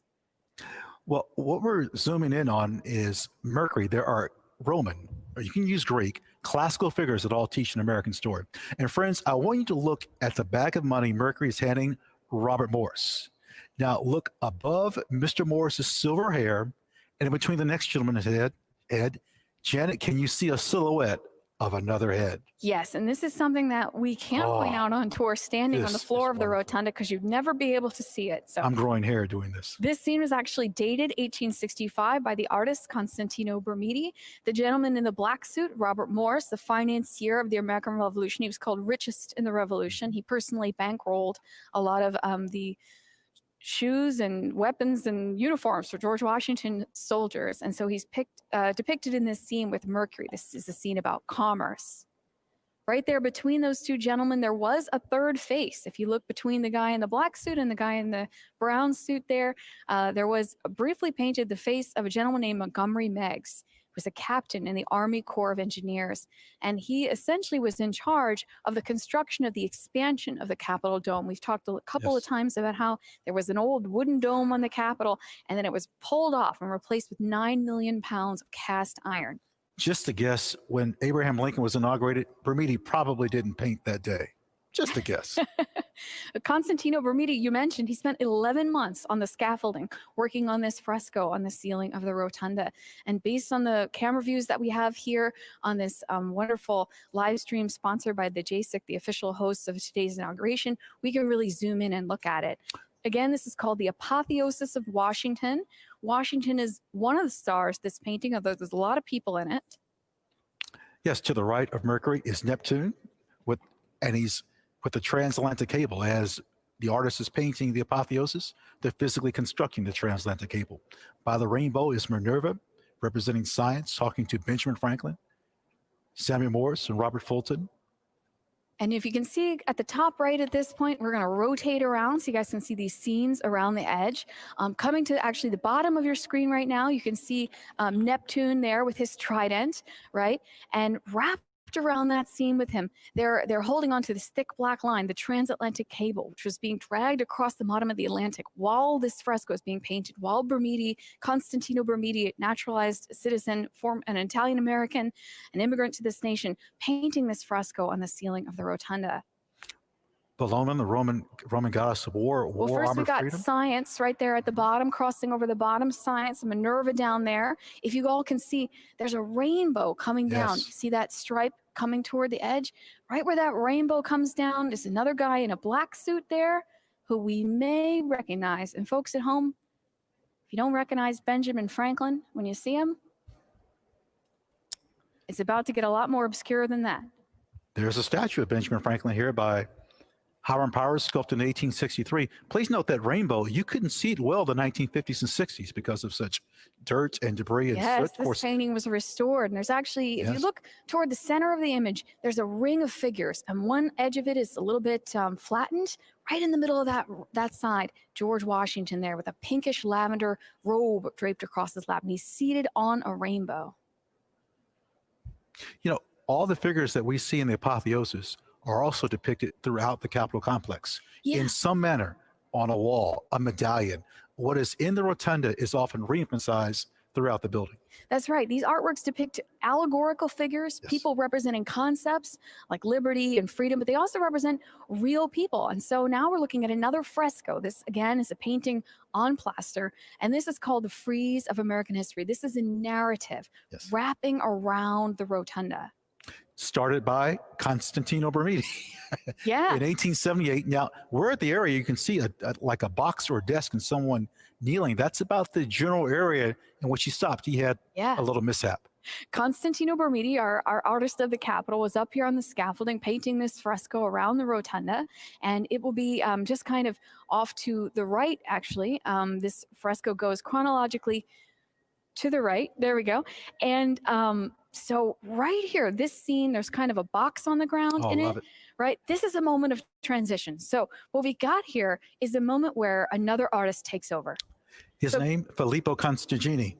Now, friends, there's a person in the middle. It's like he's wearing knickers. For you golfers, as if he was Payne Stewart, bless his soul. And maybe you can see that the left shoe, or sandal, if you will, looks different than the right. If you can't, look at the three indigenous people. See, they're painted a little larger and what? A different color. That marks where the second artist takes charge, Filippo Constantini. And he paints scenes that Bermidi had etched, but things don't exactly go quite according to plan. Yeah, this is something that, again, folks, if you were on tour with us in the rotunda, we would be squinting to try and see this. So it's incredible that we have a camera to bring in on this. That guy in the center with holding his cloak in front of him, that's William Penn. And our man Constantino Bermidi, our artist of the Capitol, is up there on that scaffolding, and he was working on William Penn's foot at the moment that he slipped from the scaffolding and started plummeting toward the floor of the rotunda. Bermidi was not hurt. He was rescued by a number of people around, including one of our predecessors in the Capitol Guide Service. He was brought back down to the ground, and he declined to go back up that scaffolding. And that's when Congress brought in a second artist. So if you can see William Penn in the center, holding his cloak in front of him with one hand out to the side. One shoe has a buckle on William Penn and one doesn't. As a matter of fact, the second artist, Filippo Constantini, actually wrote his name under the three Native Americans, but it's next to impossible to see. So we continue these scenes, and we have, look at this, the colonization of New England. So glad that Reverend Beeman referenced the fact that this Capitol is built on land, land of Native Americans, and they are pictured, Native Americans are pictured in some of the artworks in the Capitol, but they appear a lot in this particular fresco.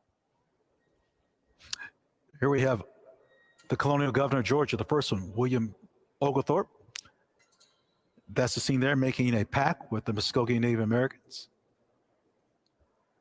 So this is a frieze. Now, typically the term frieze refers to a sculptural band around the top, similar to the pediments out on the east front that Ron and I were telling you about a little bit earlier. This one is painted around the inside of the rotunda, and as Ron mentioned, trompe l'oeil. It's to fool the eye. Oh, look, a little bit of sunlight shining in on that fresco right now. So it's flat. I just want to emphasize that in case you can't tell, flat, painted on plaster, shades of, I know it looks like black and white, but it's actually a deep, deep brown to create that 3D effect.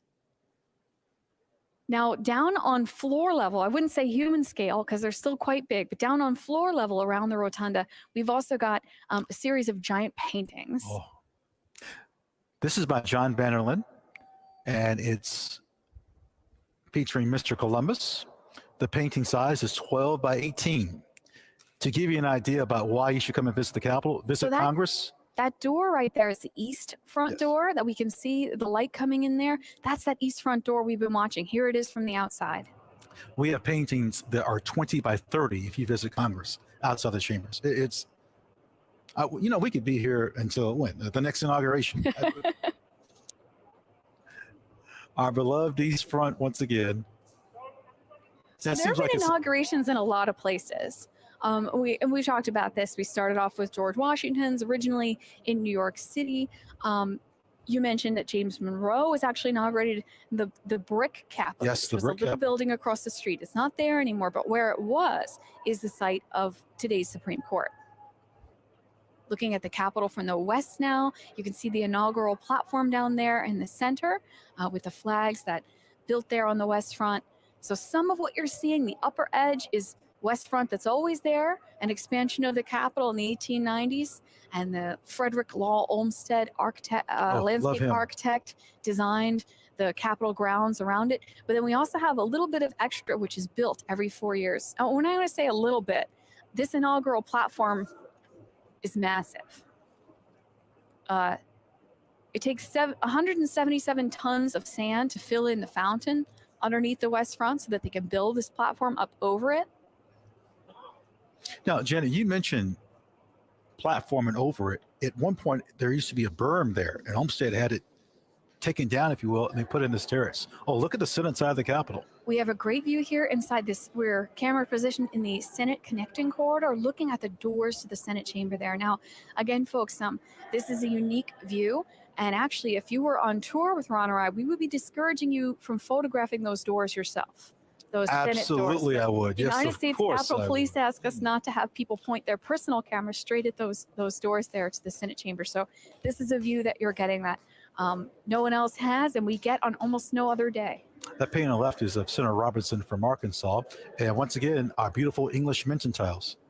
Just around the corner, just out of sight, there's a painting of Hattie Caraway, also from Arkansas, Yes. the first woman elected to the Senate. There were women who served in Congress in the early years after their husbands who were members or senators passed away. There was a tradition known as the widow's mandate. But it wasn't until Hattie Caraway elected to the Senate in her own right. We should mention, not far from Hattie Caraway, upstairs is a painting of Senator Margaret Chase Smith from the state of Maine. Yeah, we were talking earlier about how some of these artworks are given to Congress from individuals or groups. Some of the statues we've seen and some more that we'll see given by various states, but there are also artworks that are commissioned. And here on the Senate side, like we're looking at here, there's a collection of art which depicts some of these firsts. Now, friends, we need to be specific about this. We talked a lot about presidents, but the vice president is the president of the Senate, and there's a bust of every vice president of the Capitol, with the exception of one, Mr. Gore's, which is, from what I hear, it's coming. It's on the way. Yeah, the vice presidential bust collection lines the Senate side of the building, and actually, as the years go by, there's more and more busts, and they appear in more and more places. As a matter of fact, from this angle, not far, is Vice President Cheney's bust. It was dedicated in 2015. Ironically, it was dedicated in National Statuary Hall. What's National Statuary Hall? The old House Chamber. Because what? We like everything that is old. You can see folks with cameras getting into position there. Oh, and we're back on the East Front Plaza here. Now, again, underneath that plaza there where you see the folks standing and the cars parked, underneath there, the Capitol Visitor Center, the newest part of the Capitol complex, opened up in 2008. And that's where most folks come through when they come to visit us. Hope we're able to, I'm glad we're able to showcase that the inauguration is more than just the oath of office. It's a day's event. It's prior to January 20th. It's a full day of events. I mean, there are ceremonies on top of ceremonies. The inaugural address isn't a requirement, but it's a tradition. Right. We may someday see a person who declines the opportunity to address. But I was saying earlier that the ceremony almost is how you can track the evolution of technology in our nation, because some of our early presidents, the remarks were quite short. George Washington's very, very short, because there was no television or radio to broadcast it out to the people. It would be printed in the papers. Can you imagine President Lincoln on the East Front? He's got his table in front. There's all types of soldiers around. And I mean, what, maybe 100 yards you could hear, maybe. And we've seen this year a much less crowded event than this traditionally is. And we've been talking about how when the inaugural ceremonies made the move from outside to inside, excuse me, from inside to outside, back President Monroe, how many more people came to attend? How many folks would come to watch? So here we are waiting outside of the president's room. It's a little room on the Senate side of the building. And here we go. We got the president and vice president stepping in toward.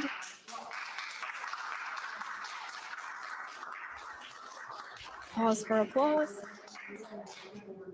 Here they are in the president's room. Now this, I will say, is also a tricky room to photograph, folks, because of those huge mirrors on either side. It is not a big space at all. Saw the fireplace there. I'm such a nerd. I think I know how many fireplaces are in the Capitol. So that's going to be a quiz for you right now, Janet. Trivia question for me. Ron is asking how many fireplaces are in the Capitol. I'm going to give you three choices. Okay. Okay. Well, 120, 160, 144. 160. 144. Now, how many work? That's another issue. All right. Here comes the signing, folks. Before we begin, Mr. President, after you're done signing the documents, when you're ready for the ceremony to end, if you could just give me a signal nod, I'll have press escorted out of the room. Once the press are on the stairs secured, we'll go ahead and be ready to move on to the Ohio clock corridor. Excuse me.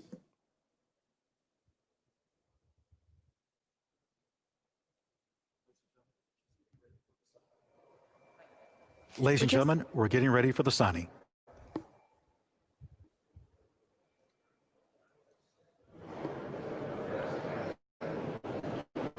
So we can see President Biden here preparing to sign in the president's room.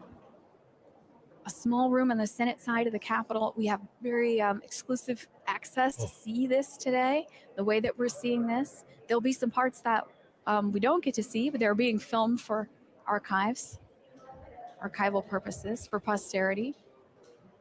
Again, I want to go back. The reason why we have the president's room, George Washington, he said the president should have a room where from time to time he can meet with Congress and sign bills, or not sign bills, but have interaction. Yeah, and it's another holdover from a different era, folks, when the term of our president and our Congress overlapped differently. So we tend to think of inaugurations happen in January, new Congress comes in January 3rd, right? But that's been different over the years. Oh, let's watch.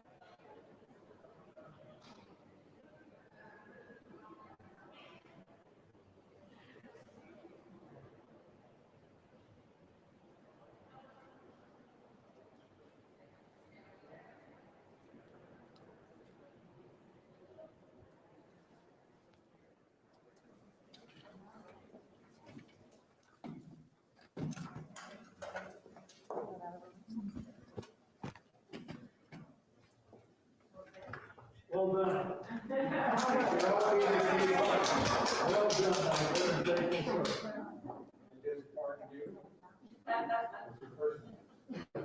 I needed all the help I could get this for the day for short.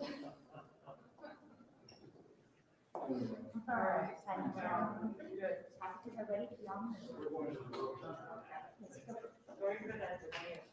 So if you don't recognize them, folks, members of the Joint Congressional Committee on Inaugural Ceremonies gathered there. The JSIC gathered with President Biden and Vice President Harris in the president's room, the space that we're seeing here. Friends, when they leave this room, they're going towards the Ohio clock. Now, the Ohio clock. Friends, when the president, vice president leaves this room, they're going towards the Ohio clock. Now, the Ohio clock has. Why is it called the Ohio clock? Well, it's interesting. A senator from Connecticut, Senator David Daggett, asked a clockmaker from Philadelphia, Thomas Voigt, to complete it. He does in 1816, but Ohio came to the Union in 1803. I don't quite get it. It's a mystery, and no one knows the answer. This clock has come to be known as the Ohio clock. It stands in the Senate hallway, which we're going to be seeing the party passing through soon on their way to the rotunda for the presentation of gifts. We're just wrapping up the signing ceremony here.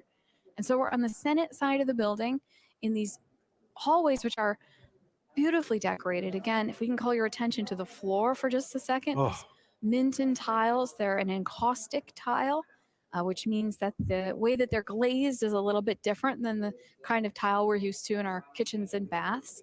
They're made in Stoke-upon-Trent, England. They're custom made for the Capitol, hallways lined with these. Friends, don't just think that the members can walk on these tiles. You can. How? Visit Congress. Janet, I think the number one question that's asked of us, how do I visit Congress? If not the question within the top three. And depending on what part of the building you're in, you will likely walk on these tiles.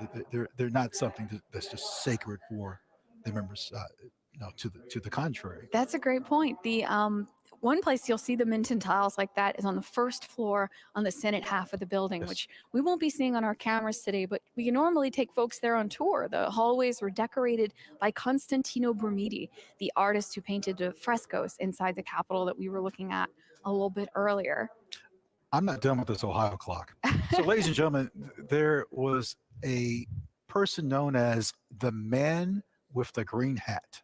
Yes, during Prohibition, he used to sell alcohol in the House office buildings. It was known he had an office. He was exposed, and he moved to the Senate side. And legend has it, in the Ohio clock, spirits might have been kept in that clock, and members had access to it. I mean, the period where alcohol sale, manufacture, distribution, except for medicinal purposes, the period when that was illegal in the United States was an interesting one here on Capitol Hill. And there are rumors all over of hidden compartments and various places where things must have been hidden. And they create this kind of mythology around this. And I got to say, there are plenty of mysteries. We don't know why the Ohio clock is called the Ohio clock, but there are plenty of tales of this secret compartment is where, they hid the contraband during the Prohibition period. But I think a lot of them more likely are just quirks of the architecture, because as we've discussed, this is a building that's been built in so many different pieces, yes, and each piece added on to the next, right? And every space enduring these constant changes in what the space is being used for over the years. And what's interesting about this room, the president's room, is it really only has this purpose. Yes. What we're seeing happening in here today, this is essentially, and it's a very small space. I want to emphasize that, folks, because space is at a premium inside the Capitol, and there is no such thing as wasted space or empty offices. No. But this particular space is set aside for this special purpose of the president using it on Inauguration Day. And again, this dates to a time when our president's term and our Congress's terms would be running out March 3rd or 4th, and there would be kind of a race to sign last-minute legislation in that beautiful president's room. Looking down at the rotunda here.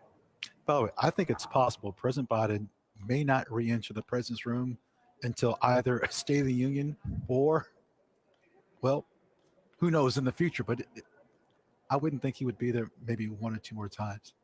It doesn't get used a lot. That's what we're saying. And for us to be able to see this moment of President Biden and VP Harris in the president's room, they've just concluded the signing ceremony. Also stored in this room are some gifts Congress received. There are some ceremonial gifts, particularly from other nations. So we're looking down at the rotunda because what's happening here is people are starting to gather. The spouses of the dignitaries that we were just seeing in the signing room starting to gather in this space for the presentation of gifts, which is going to be happening soon. Typically occurs actually during the inaugural luncheon, This year, because things are a little bit different than past years, there is no inaugural luncheon. And so this is being sort of modified for happening in the rotunda. It's a 96-foot diameter, 108 windows in the rotunda. And can we tell in the center at the discoloration, if you're thinking, was there a hole there? Yes, it was covered up. So the idea, the painting of George Washington glorified, you will look down through the hole or oculus to a statue of George Washington in the crypt, and then he would be with Mrs. Washington interred or reinterred, except much of that didn't happen. Right. That was a part of the design that didn't end up happening. But right there in the center of the rotunda where we see some camera equipment and things now, that was intended to be this statue of George Washington. And actually, you can see the statue that was meant to go there. If you visit our friends at the Smithsonian American History Museum, they've got a Horatio Greenough statue of George Washington, an unusual view of Washington. We are not used to seeing him seated, wearing a classical Greco-Roman toga and sandals. No, we're not. And that was meant to sit right there in the middle of the rotunda. Now, there are some sculptures around the edge of the room. One of the oldest in this space is actually a statue of Thomas Jefferson, which Congress received as a gift. 1833. And it sort of was the moment when they started to realize they could commission sculptures. There was a lot of thought put into the architecture of the Capitol and the artworks that are adhered to it, especially after the fire in the War of 1812 when we were concerned about fireproofing everything. And so paintings, sculpture are a little bit easier to be vandalized. And so there was an early emphasis away from them and onto things like frescoes and friezes that we've seen. Now, the Ohio clock is on the right-hand side. They're coming past that area and other leadership offices. So again, this is a view of the exterior of the Senate chamber, doors there. This Ohio clock we were talking about, it's one of the iconic artifacts inside the Capitol, iconic timepieces. It would be just out of view on your right-hand side, where you see those three folks there kind of in dark suits. Now, just out of view on your left-hand side, portrait of the first woman in the Senate, Hattie Caraway. And that's also obviously where we anticipate seeing the president and vice president emerge in a few seconds. Ladies and gentlemen, I want you to picture this. In the old chamber, Vice Senator Breckinridge said, let's pick up our desk and move them into the new chamber. That's how they moved there. Yeah, so this is the door to the new Senate chamber. Yes. And again, when Ron and I talk old and new, we're talking the difference between about 1810 and about 1859. So new would be 1859. And so in there, behind those wooden doors, is where the Senate currently meets, using desks that came from their original chamber. I wish I'll do it. So Senate visitation and House visitation. Oh, do you have to be a certain age to visit the Senate? So I will say that the House and Senate sessions are always open to the public. Yes, anybody can come and watch. You can get a pass from your member, your representative, or your senator, and sit in and watch in the galleries. But there are certain rules in the galleries about photography and applause and things like that. And Ron is alluding to. You better be 6 years of age and older to visit the Senate. There's such a place called the Children's Room, where my colleagues have put me in timeout many a time there. And it's not far from that camera angle just gave you. Oh, what a view here. We see elements of all four branches, if I'm not mistaken, for review.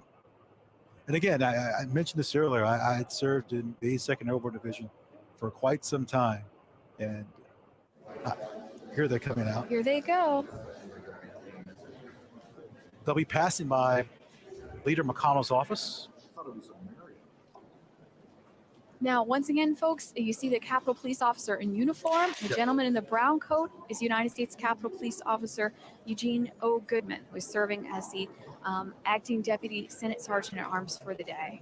Speaker Pelosi just went by there. I didn't notice her without. Cream-colored dress. She took off the turquoise coat we saw her in earlier. Senator Schumer and Blunt going by us there. And so as they passed us now in this corridor, they're about to pass by McConnell's office.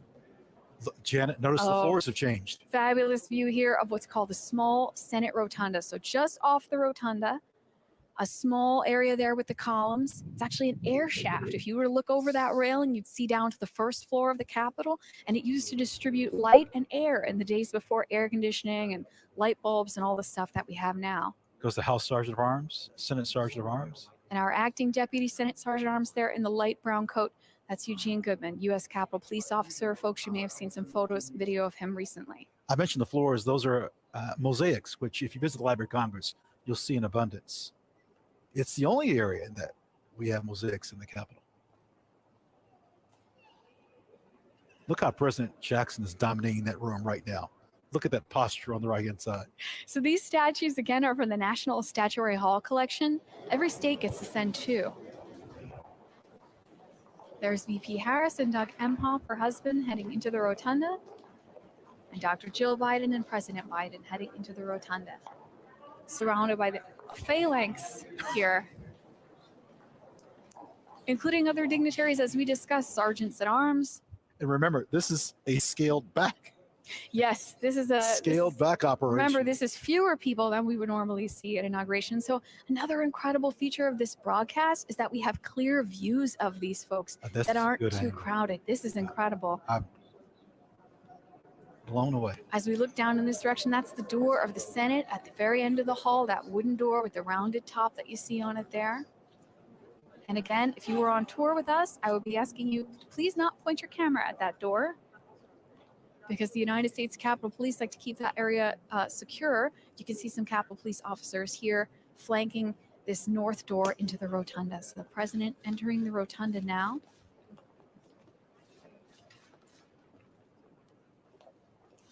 Oh, look at that beautiful All right. painting. Now, this is a painting selected by the chair of the JSIC. First Lady and the Vice President and the second gentleman. Normally at this time, we have a lunch, and probably no person alive has attended more of those lunches than President Biden has.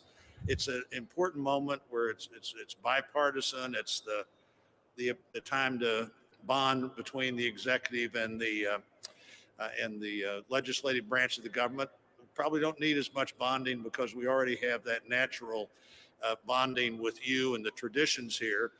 By those traditions, usually there's a painting at the front of that event that the chairman picks. This time, not knowing we were going to have an event until what we were going to do about an event until late, I asked Dr. Biden to help pick the painting, and this is the one that she recommended. The painting is landscape with rainbow. Rainbow, always a good sign. It's loaned to us for today from the Smithsonian American Art Museum. The artist, Dr. Robert Sheldon Duncanson, he was the best known African-American painter in the years surrounding the Civil War. He was based in Cincinnati, encouraged by abolitionists who, among other things, sponsored a trip for him to do some study in Europe. This is a painting that he painted in 1859, and I think maybe it's sort of the classic America as a paradise painting that a lot of painters were doing then. But for him, a black artist painting this painting that's so much like an American utopia on the verge of a war that we would fight over slavery, makes all of that, I think, even more interesting in that while he faced lots of challenges, obviously was optimistic even in 1859 about America. And so, Dr. Biden, thanks for helping select this painting, and glad to have all 4 of you here as we move on to my good friend, Senator Klobuchar. The rainbow is always a good sign. Let's hope so. Go right ahead. A mixed race artist who created this painting, and it actually depicts essentially one of the last stop on the Underground Railroad. Door number 2. Moment on the river. Good. Mr. President, First Lady, Madam Vice President, and our very first second gentleman, on behalf of the American people, it is our honor to present these custom-made crystal vases commemorating your historic inauguration. Lennox, which you know is a great company, American company, has handcrafted these gifts for the past 9 presidential inaugurations. It is a good thing I don't have to hand them to you personally. They each weigh with the base 32 pounds, but combined 64. But Jill, I know, is very strong and could take them both. Exactly. But the Lennox company is actually based in Bristol, Pennsylvania, which Mr. President, is a mere 132 miles from Scranton, since we know today all roads lead to Scranton. The team at Lennox has worked for months to capture the spirit of this inauguration and your incoming administration. Mr. President, your vase features the White House, and Vice President Harris's features the U.S. Capitol. The gifts represent the hope and the faith the American people have placed in you to move our country forward. Thank you. Thank you. As Senator Klobuchar mentioned, the Lennox Company is an American company. It's been around since 1889. President Wilson commissioned china for the White House from them, first set of American-made White House china in 1918. Those lead crystal vases, 17 inches tall, she mentioned they weigh 32 pounds. They're all handmade in Pennsylvania by a craftsman named Peter O'Rourke.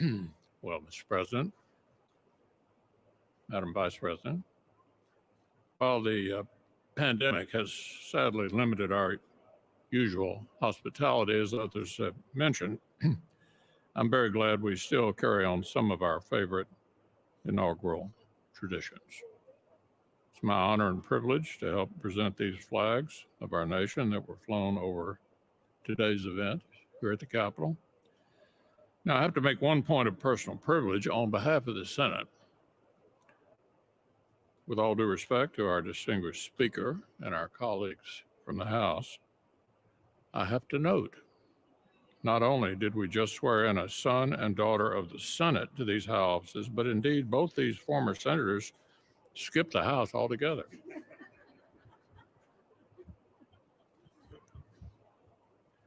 The Star-Spangled Banner is our greatest symbol of our endurance of the American idea.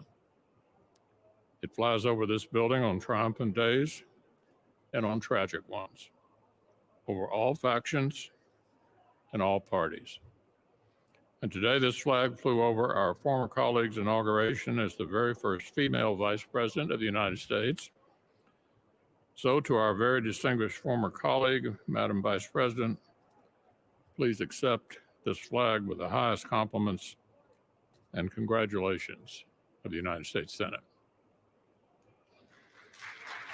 Senator McConnell here presenting flags that have flown over the Capitol today during the 59th inaugural ceremonies. Speaker Pelosi, let's The listen. distinguished leader of the Senate pointed out that he has hosted this lunch for members of the Senate who have become president and vice president. But I have the privilege of giving the flag to the President of the United States, the flag that was flown when you were sworn in, Mr. President. This flag may reflect all that is said about your inauguration. America united. May it be a symbol of the hope, the healing, and the just all of the enthusiasm that you have for our country. And as we heard the beautiful national anthem, when we're at the stadium and they say, is our flag still there? Then you say, play ball, right there, play ball. So we're going to get ready to play ball. We're ready to go with the inspiration of our flag flying. But again, on behalf of the House of Representatives, it is my privilege to extend to you the flag that was flown the early moment that you were sworn in as President of the United States. Thank you, Mr. President. Thank you, Dr.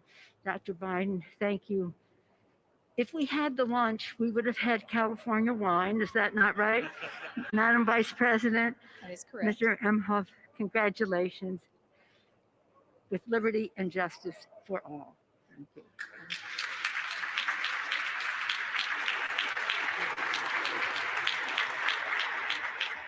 These gifts are presented by the JSIC on the behalf of the American people.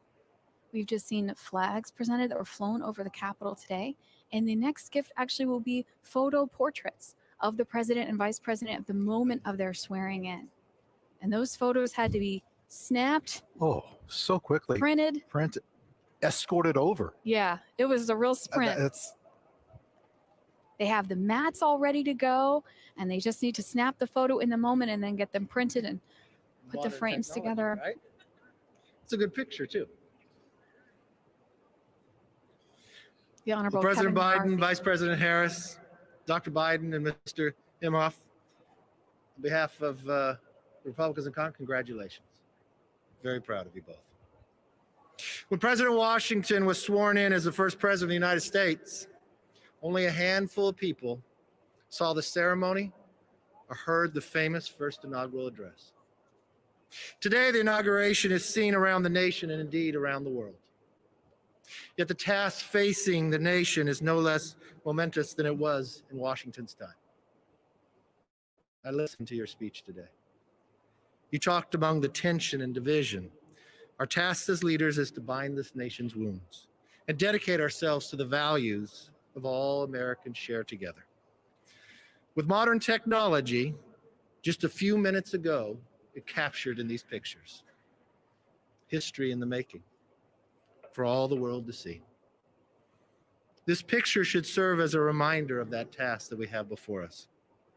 As a very proud son of California, it is my honor to present to a very proud daughter of California as well.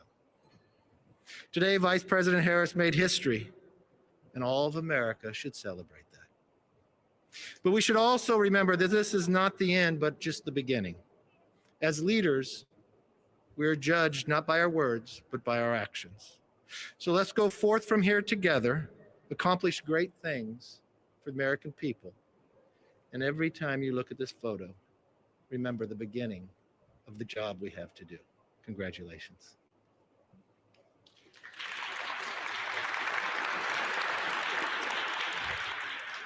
Madam Vice President, Mr. Imhoff, Dr. Biden, Mr. President. No, Joe, you're Mr. President. And we are so proud of that. Dr. Biden, he makes you call him Mr. President? Marriage is about to get rocky, I can tell. On behalf of the Joint Congressional Committee on the Inaugural Ceremonies, I too am proud. More than that, I'm ecstatic to present the two of you this picture. A testament to technology and a testament to history. Mr. President, in your speech, you talked about faith. You talked about tribulations, but you talked about victory. The Johnson brothers wrote a great hymn. You know it well, Mr. President. Today, we have a new day. And that hymn came out of faith and out of deep trouble into hope. And they said, facing the rising sun of our new day begun, let us march on till victory's won. That's what your speech was about. And that's why we are so proud and ready to march with you, President Biden. God bless.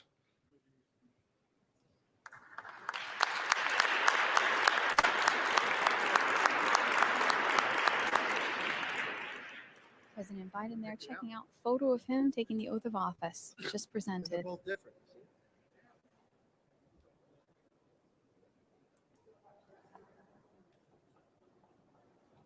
Dr. King's bust in the background this past Monday, celebration of his holiday. That bust of Dr. King was commissioned by Congress in 1986. It's been on that spot since 1989 in the rotunda. They're on the east side of the rotunda now. They're going to step through these east doors into the vestibule. See a statue of President Eisenhower there, given to us by the state of Kansas.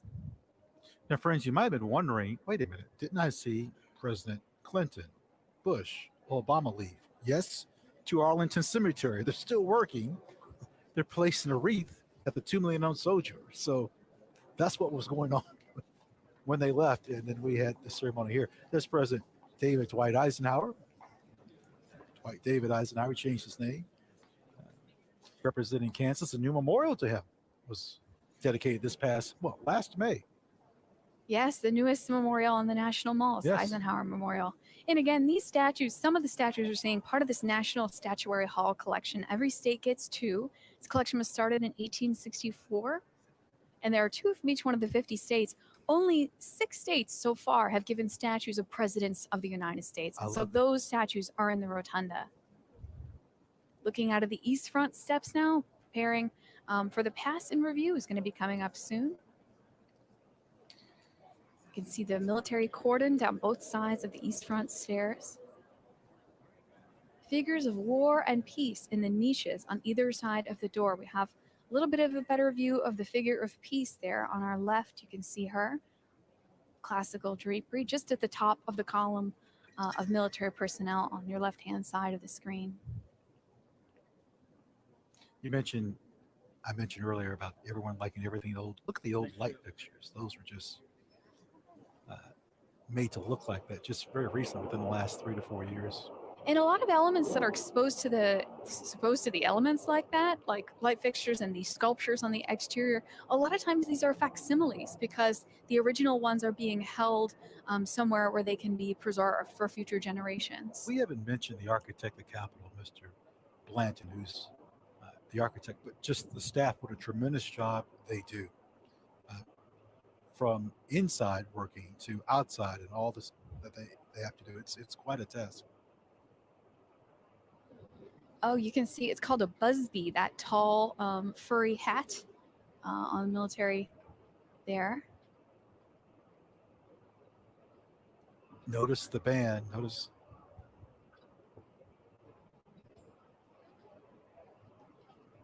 And everybody's lined up and preparing for the pass and review to be starting pretty soon. We do have a video about that coming up in a little bit.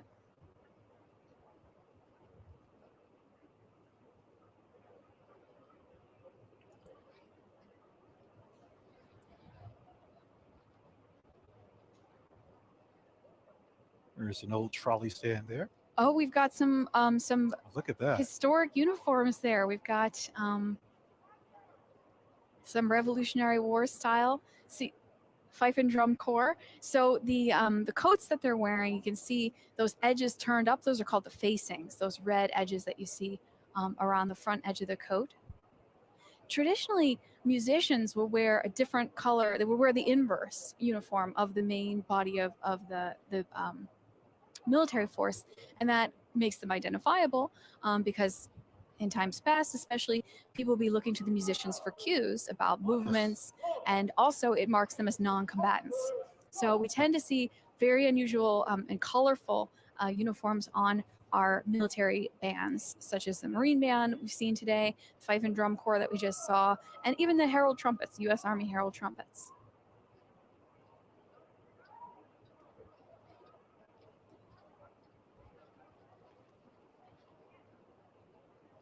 Great view of the East Front stairs here, waiting for President and Vice President to come out and review the troops.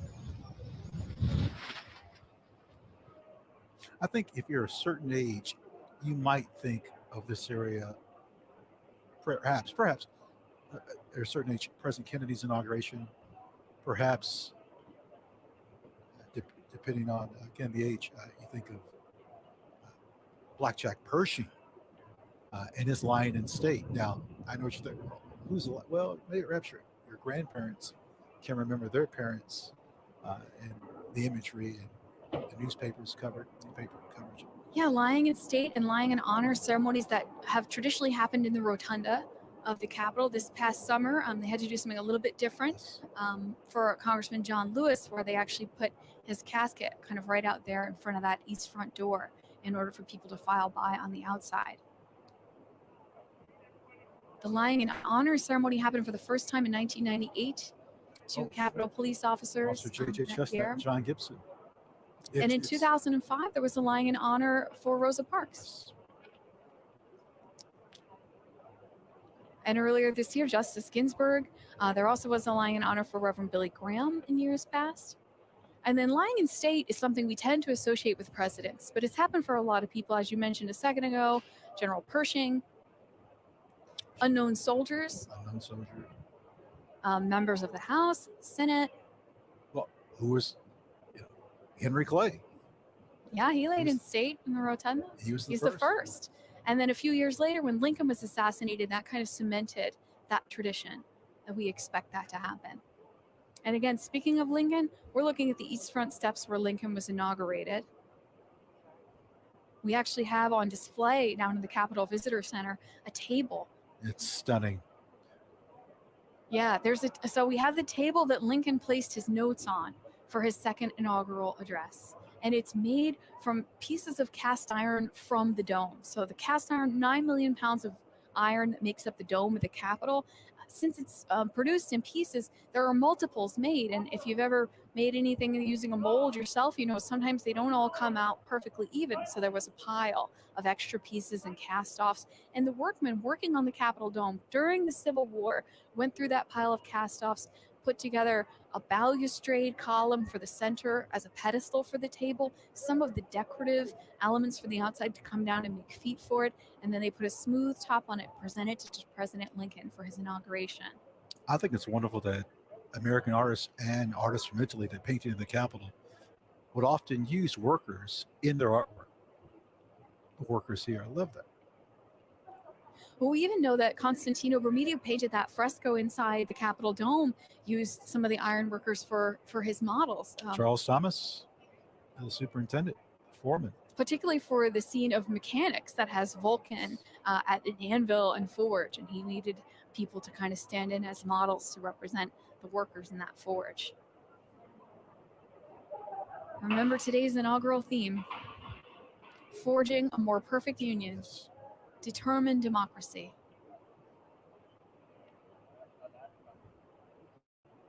Looking at the East Front here, backed out a little bit so that you can see a little bit of the historic Capitol on either side of the stairs.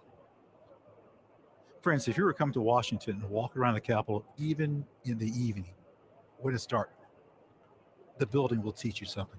You will learn something. You'll pass a member of Congress at night and not know it. And you'll go by 20 yards later and someone will say, wasn't that so-and-so that just walked past? I believe so.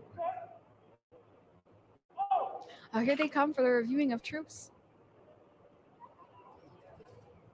Now, I was just going to say Calvin Coolidge's inauguration, the first one to be broadcast by radio, 1925. And the first one for TV, Truman, 1949.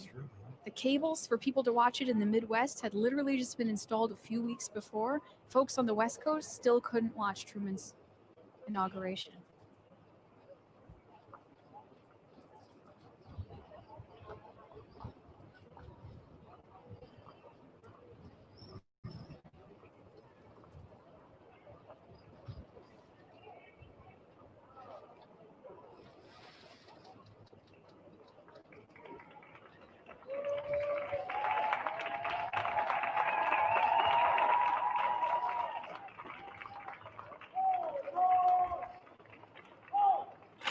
Well, that'd be nice if we could hear some of the commands. That would be nice, yes. We can hear the applause. I know those two words, forward march. I think I've uttered that a time or two. Let's listen and watch.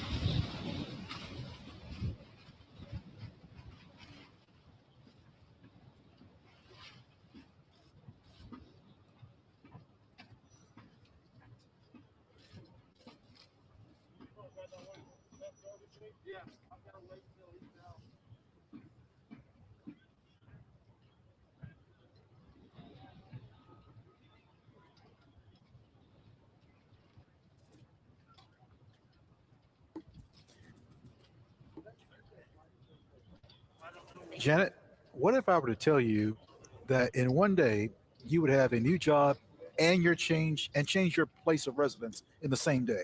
What would you say to that? Seems like a lot. And a new ride. And a new car. And a new car there. I don't know if everyone noticed how thick those doors are when they put the president into that car, but there it is, nicknamed the Beast. Departing from the East Front, they're on their way over to Arlington Cemetery, lay a wreath. And past two presidents while doing it. William Howard Taft and John Fitzgerald Kennedy. The vice president getting into the car there with the flags.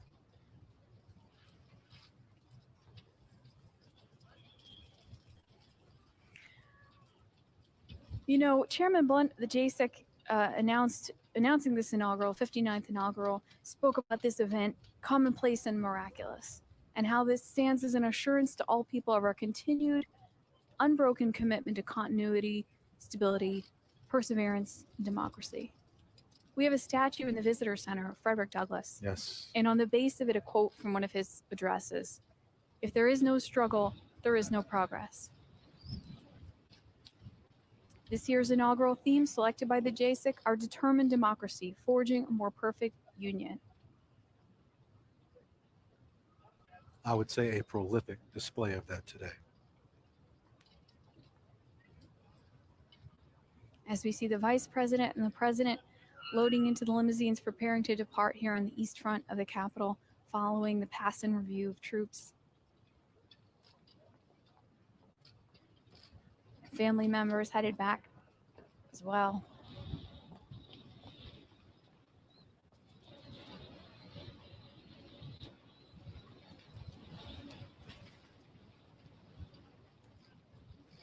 You know, at times, I didn't sense a pandemic or a lot of security. At times, it seemed like, well, this is what I'm used to, but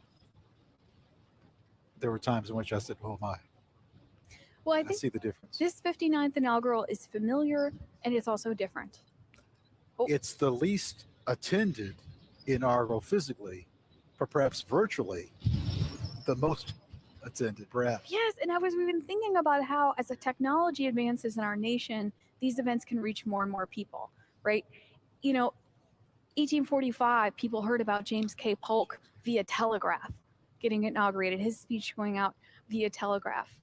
James Buchanan, 1857, the first to be photographed. You can actually see that on the website of our partners, Library of Congress. Photographed, and of course, those inaugurations here on the East Front that we're looking at through our cameras. Then, of course, broadcasts on the radio, broadcasts on the television, and now live streamed out over the internet. How about President Carter, who's not here to attend, but is seen? It's perhaps better in some cases that for him, given some affirmities, that he's able to witness this from his comfort of his own. Close up on the license plate there, it said 46. Our 46th president inside that limousine, again nicknamed the Beast. It's very heavily armored.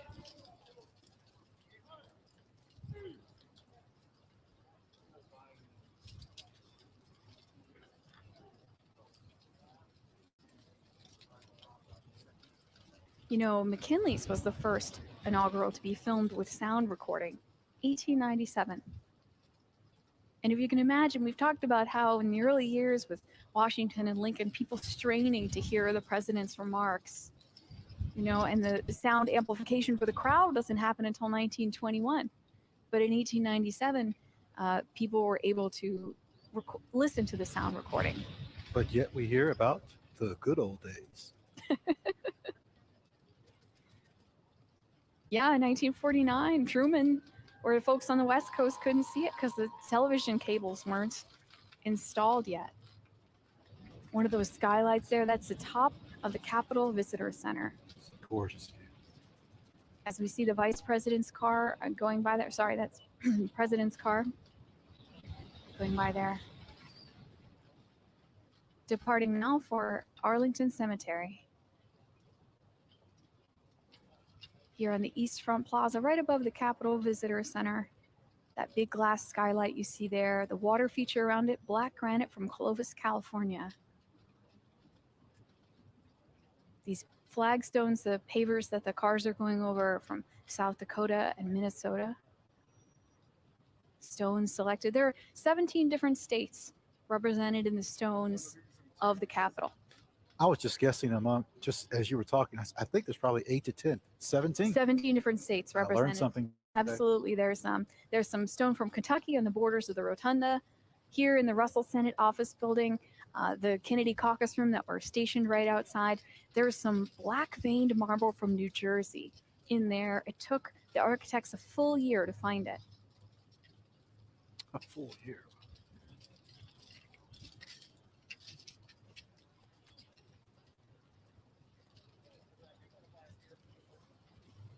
So throughout the day, we've been able to show you several videos showcasing history and traditions of inaugural ceremonies.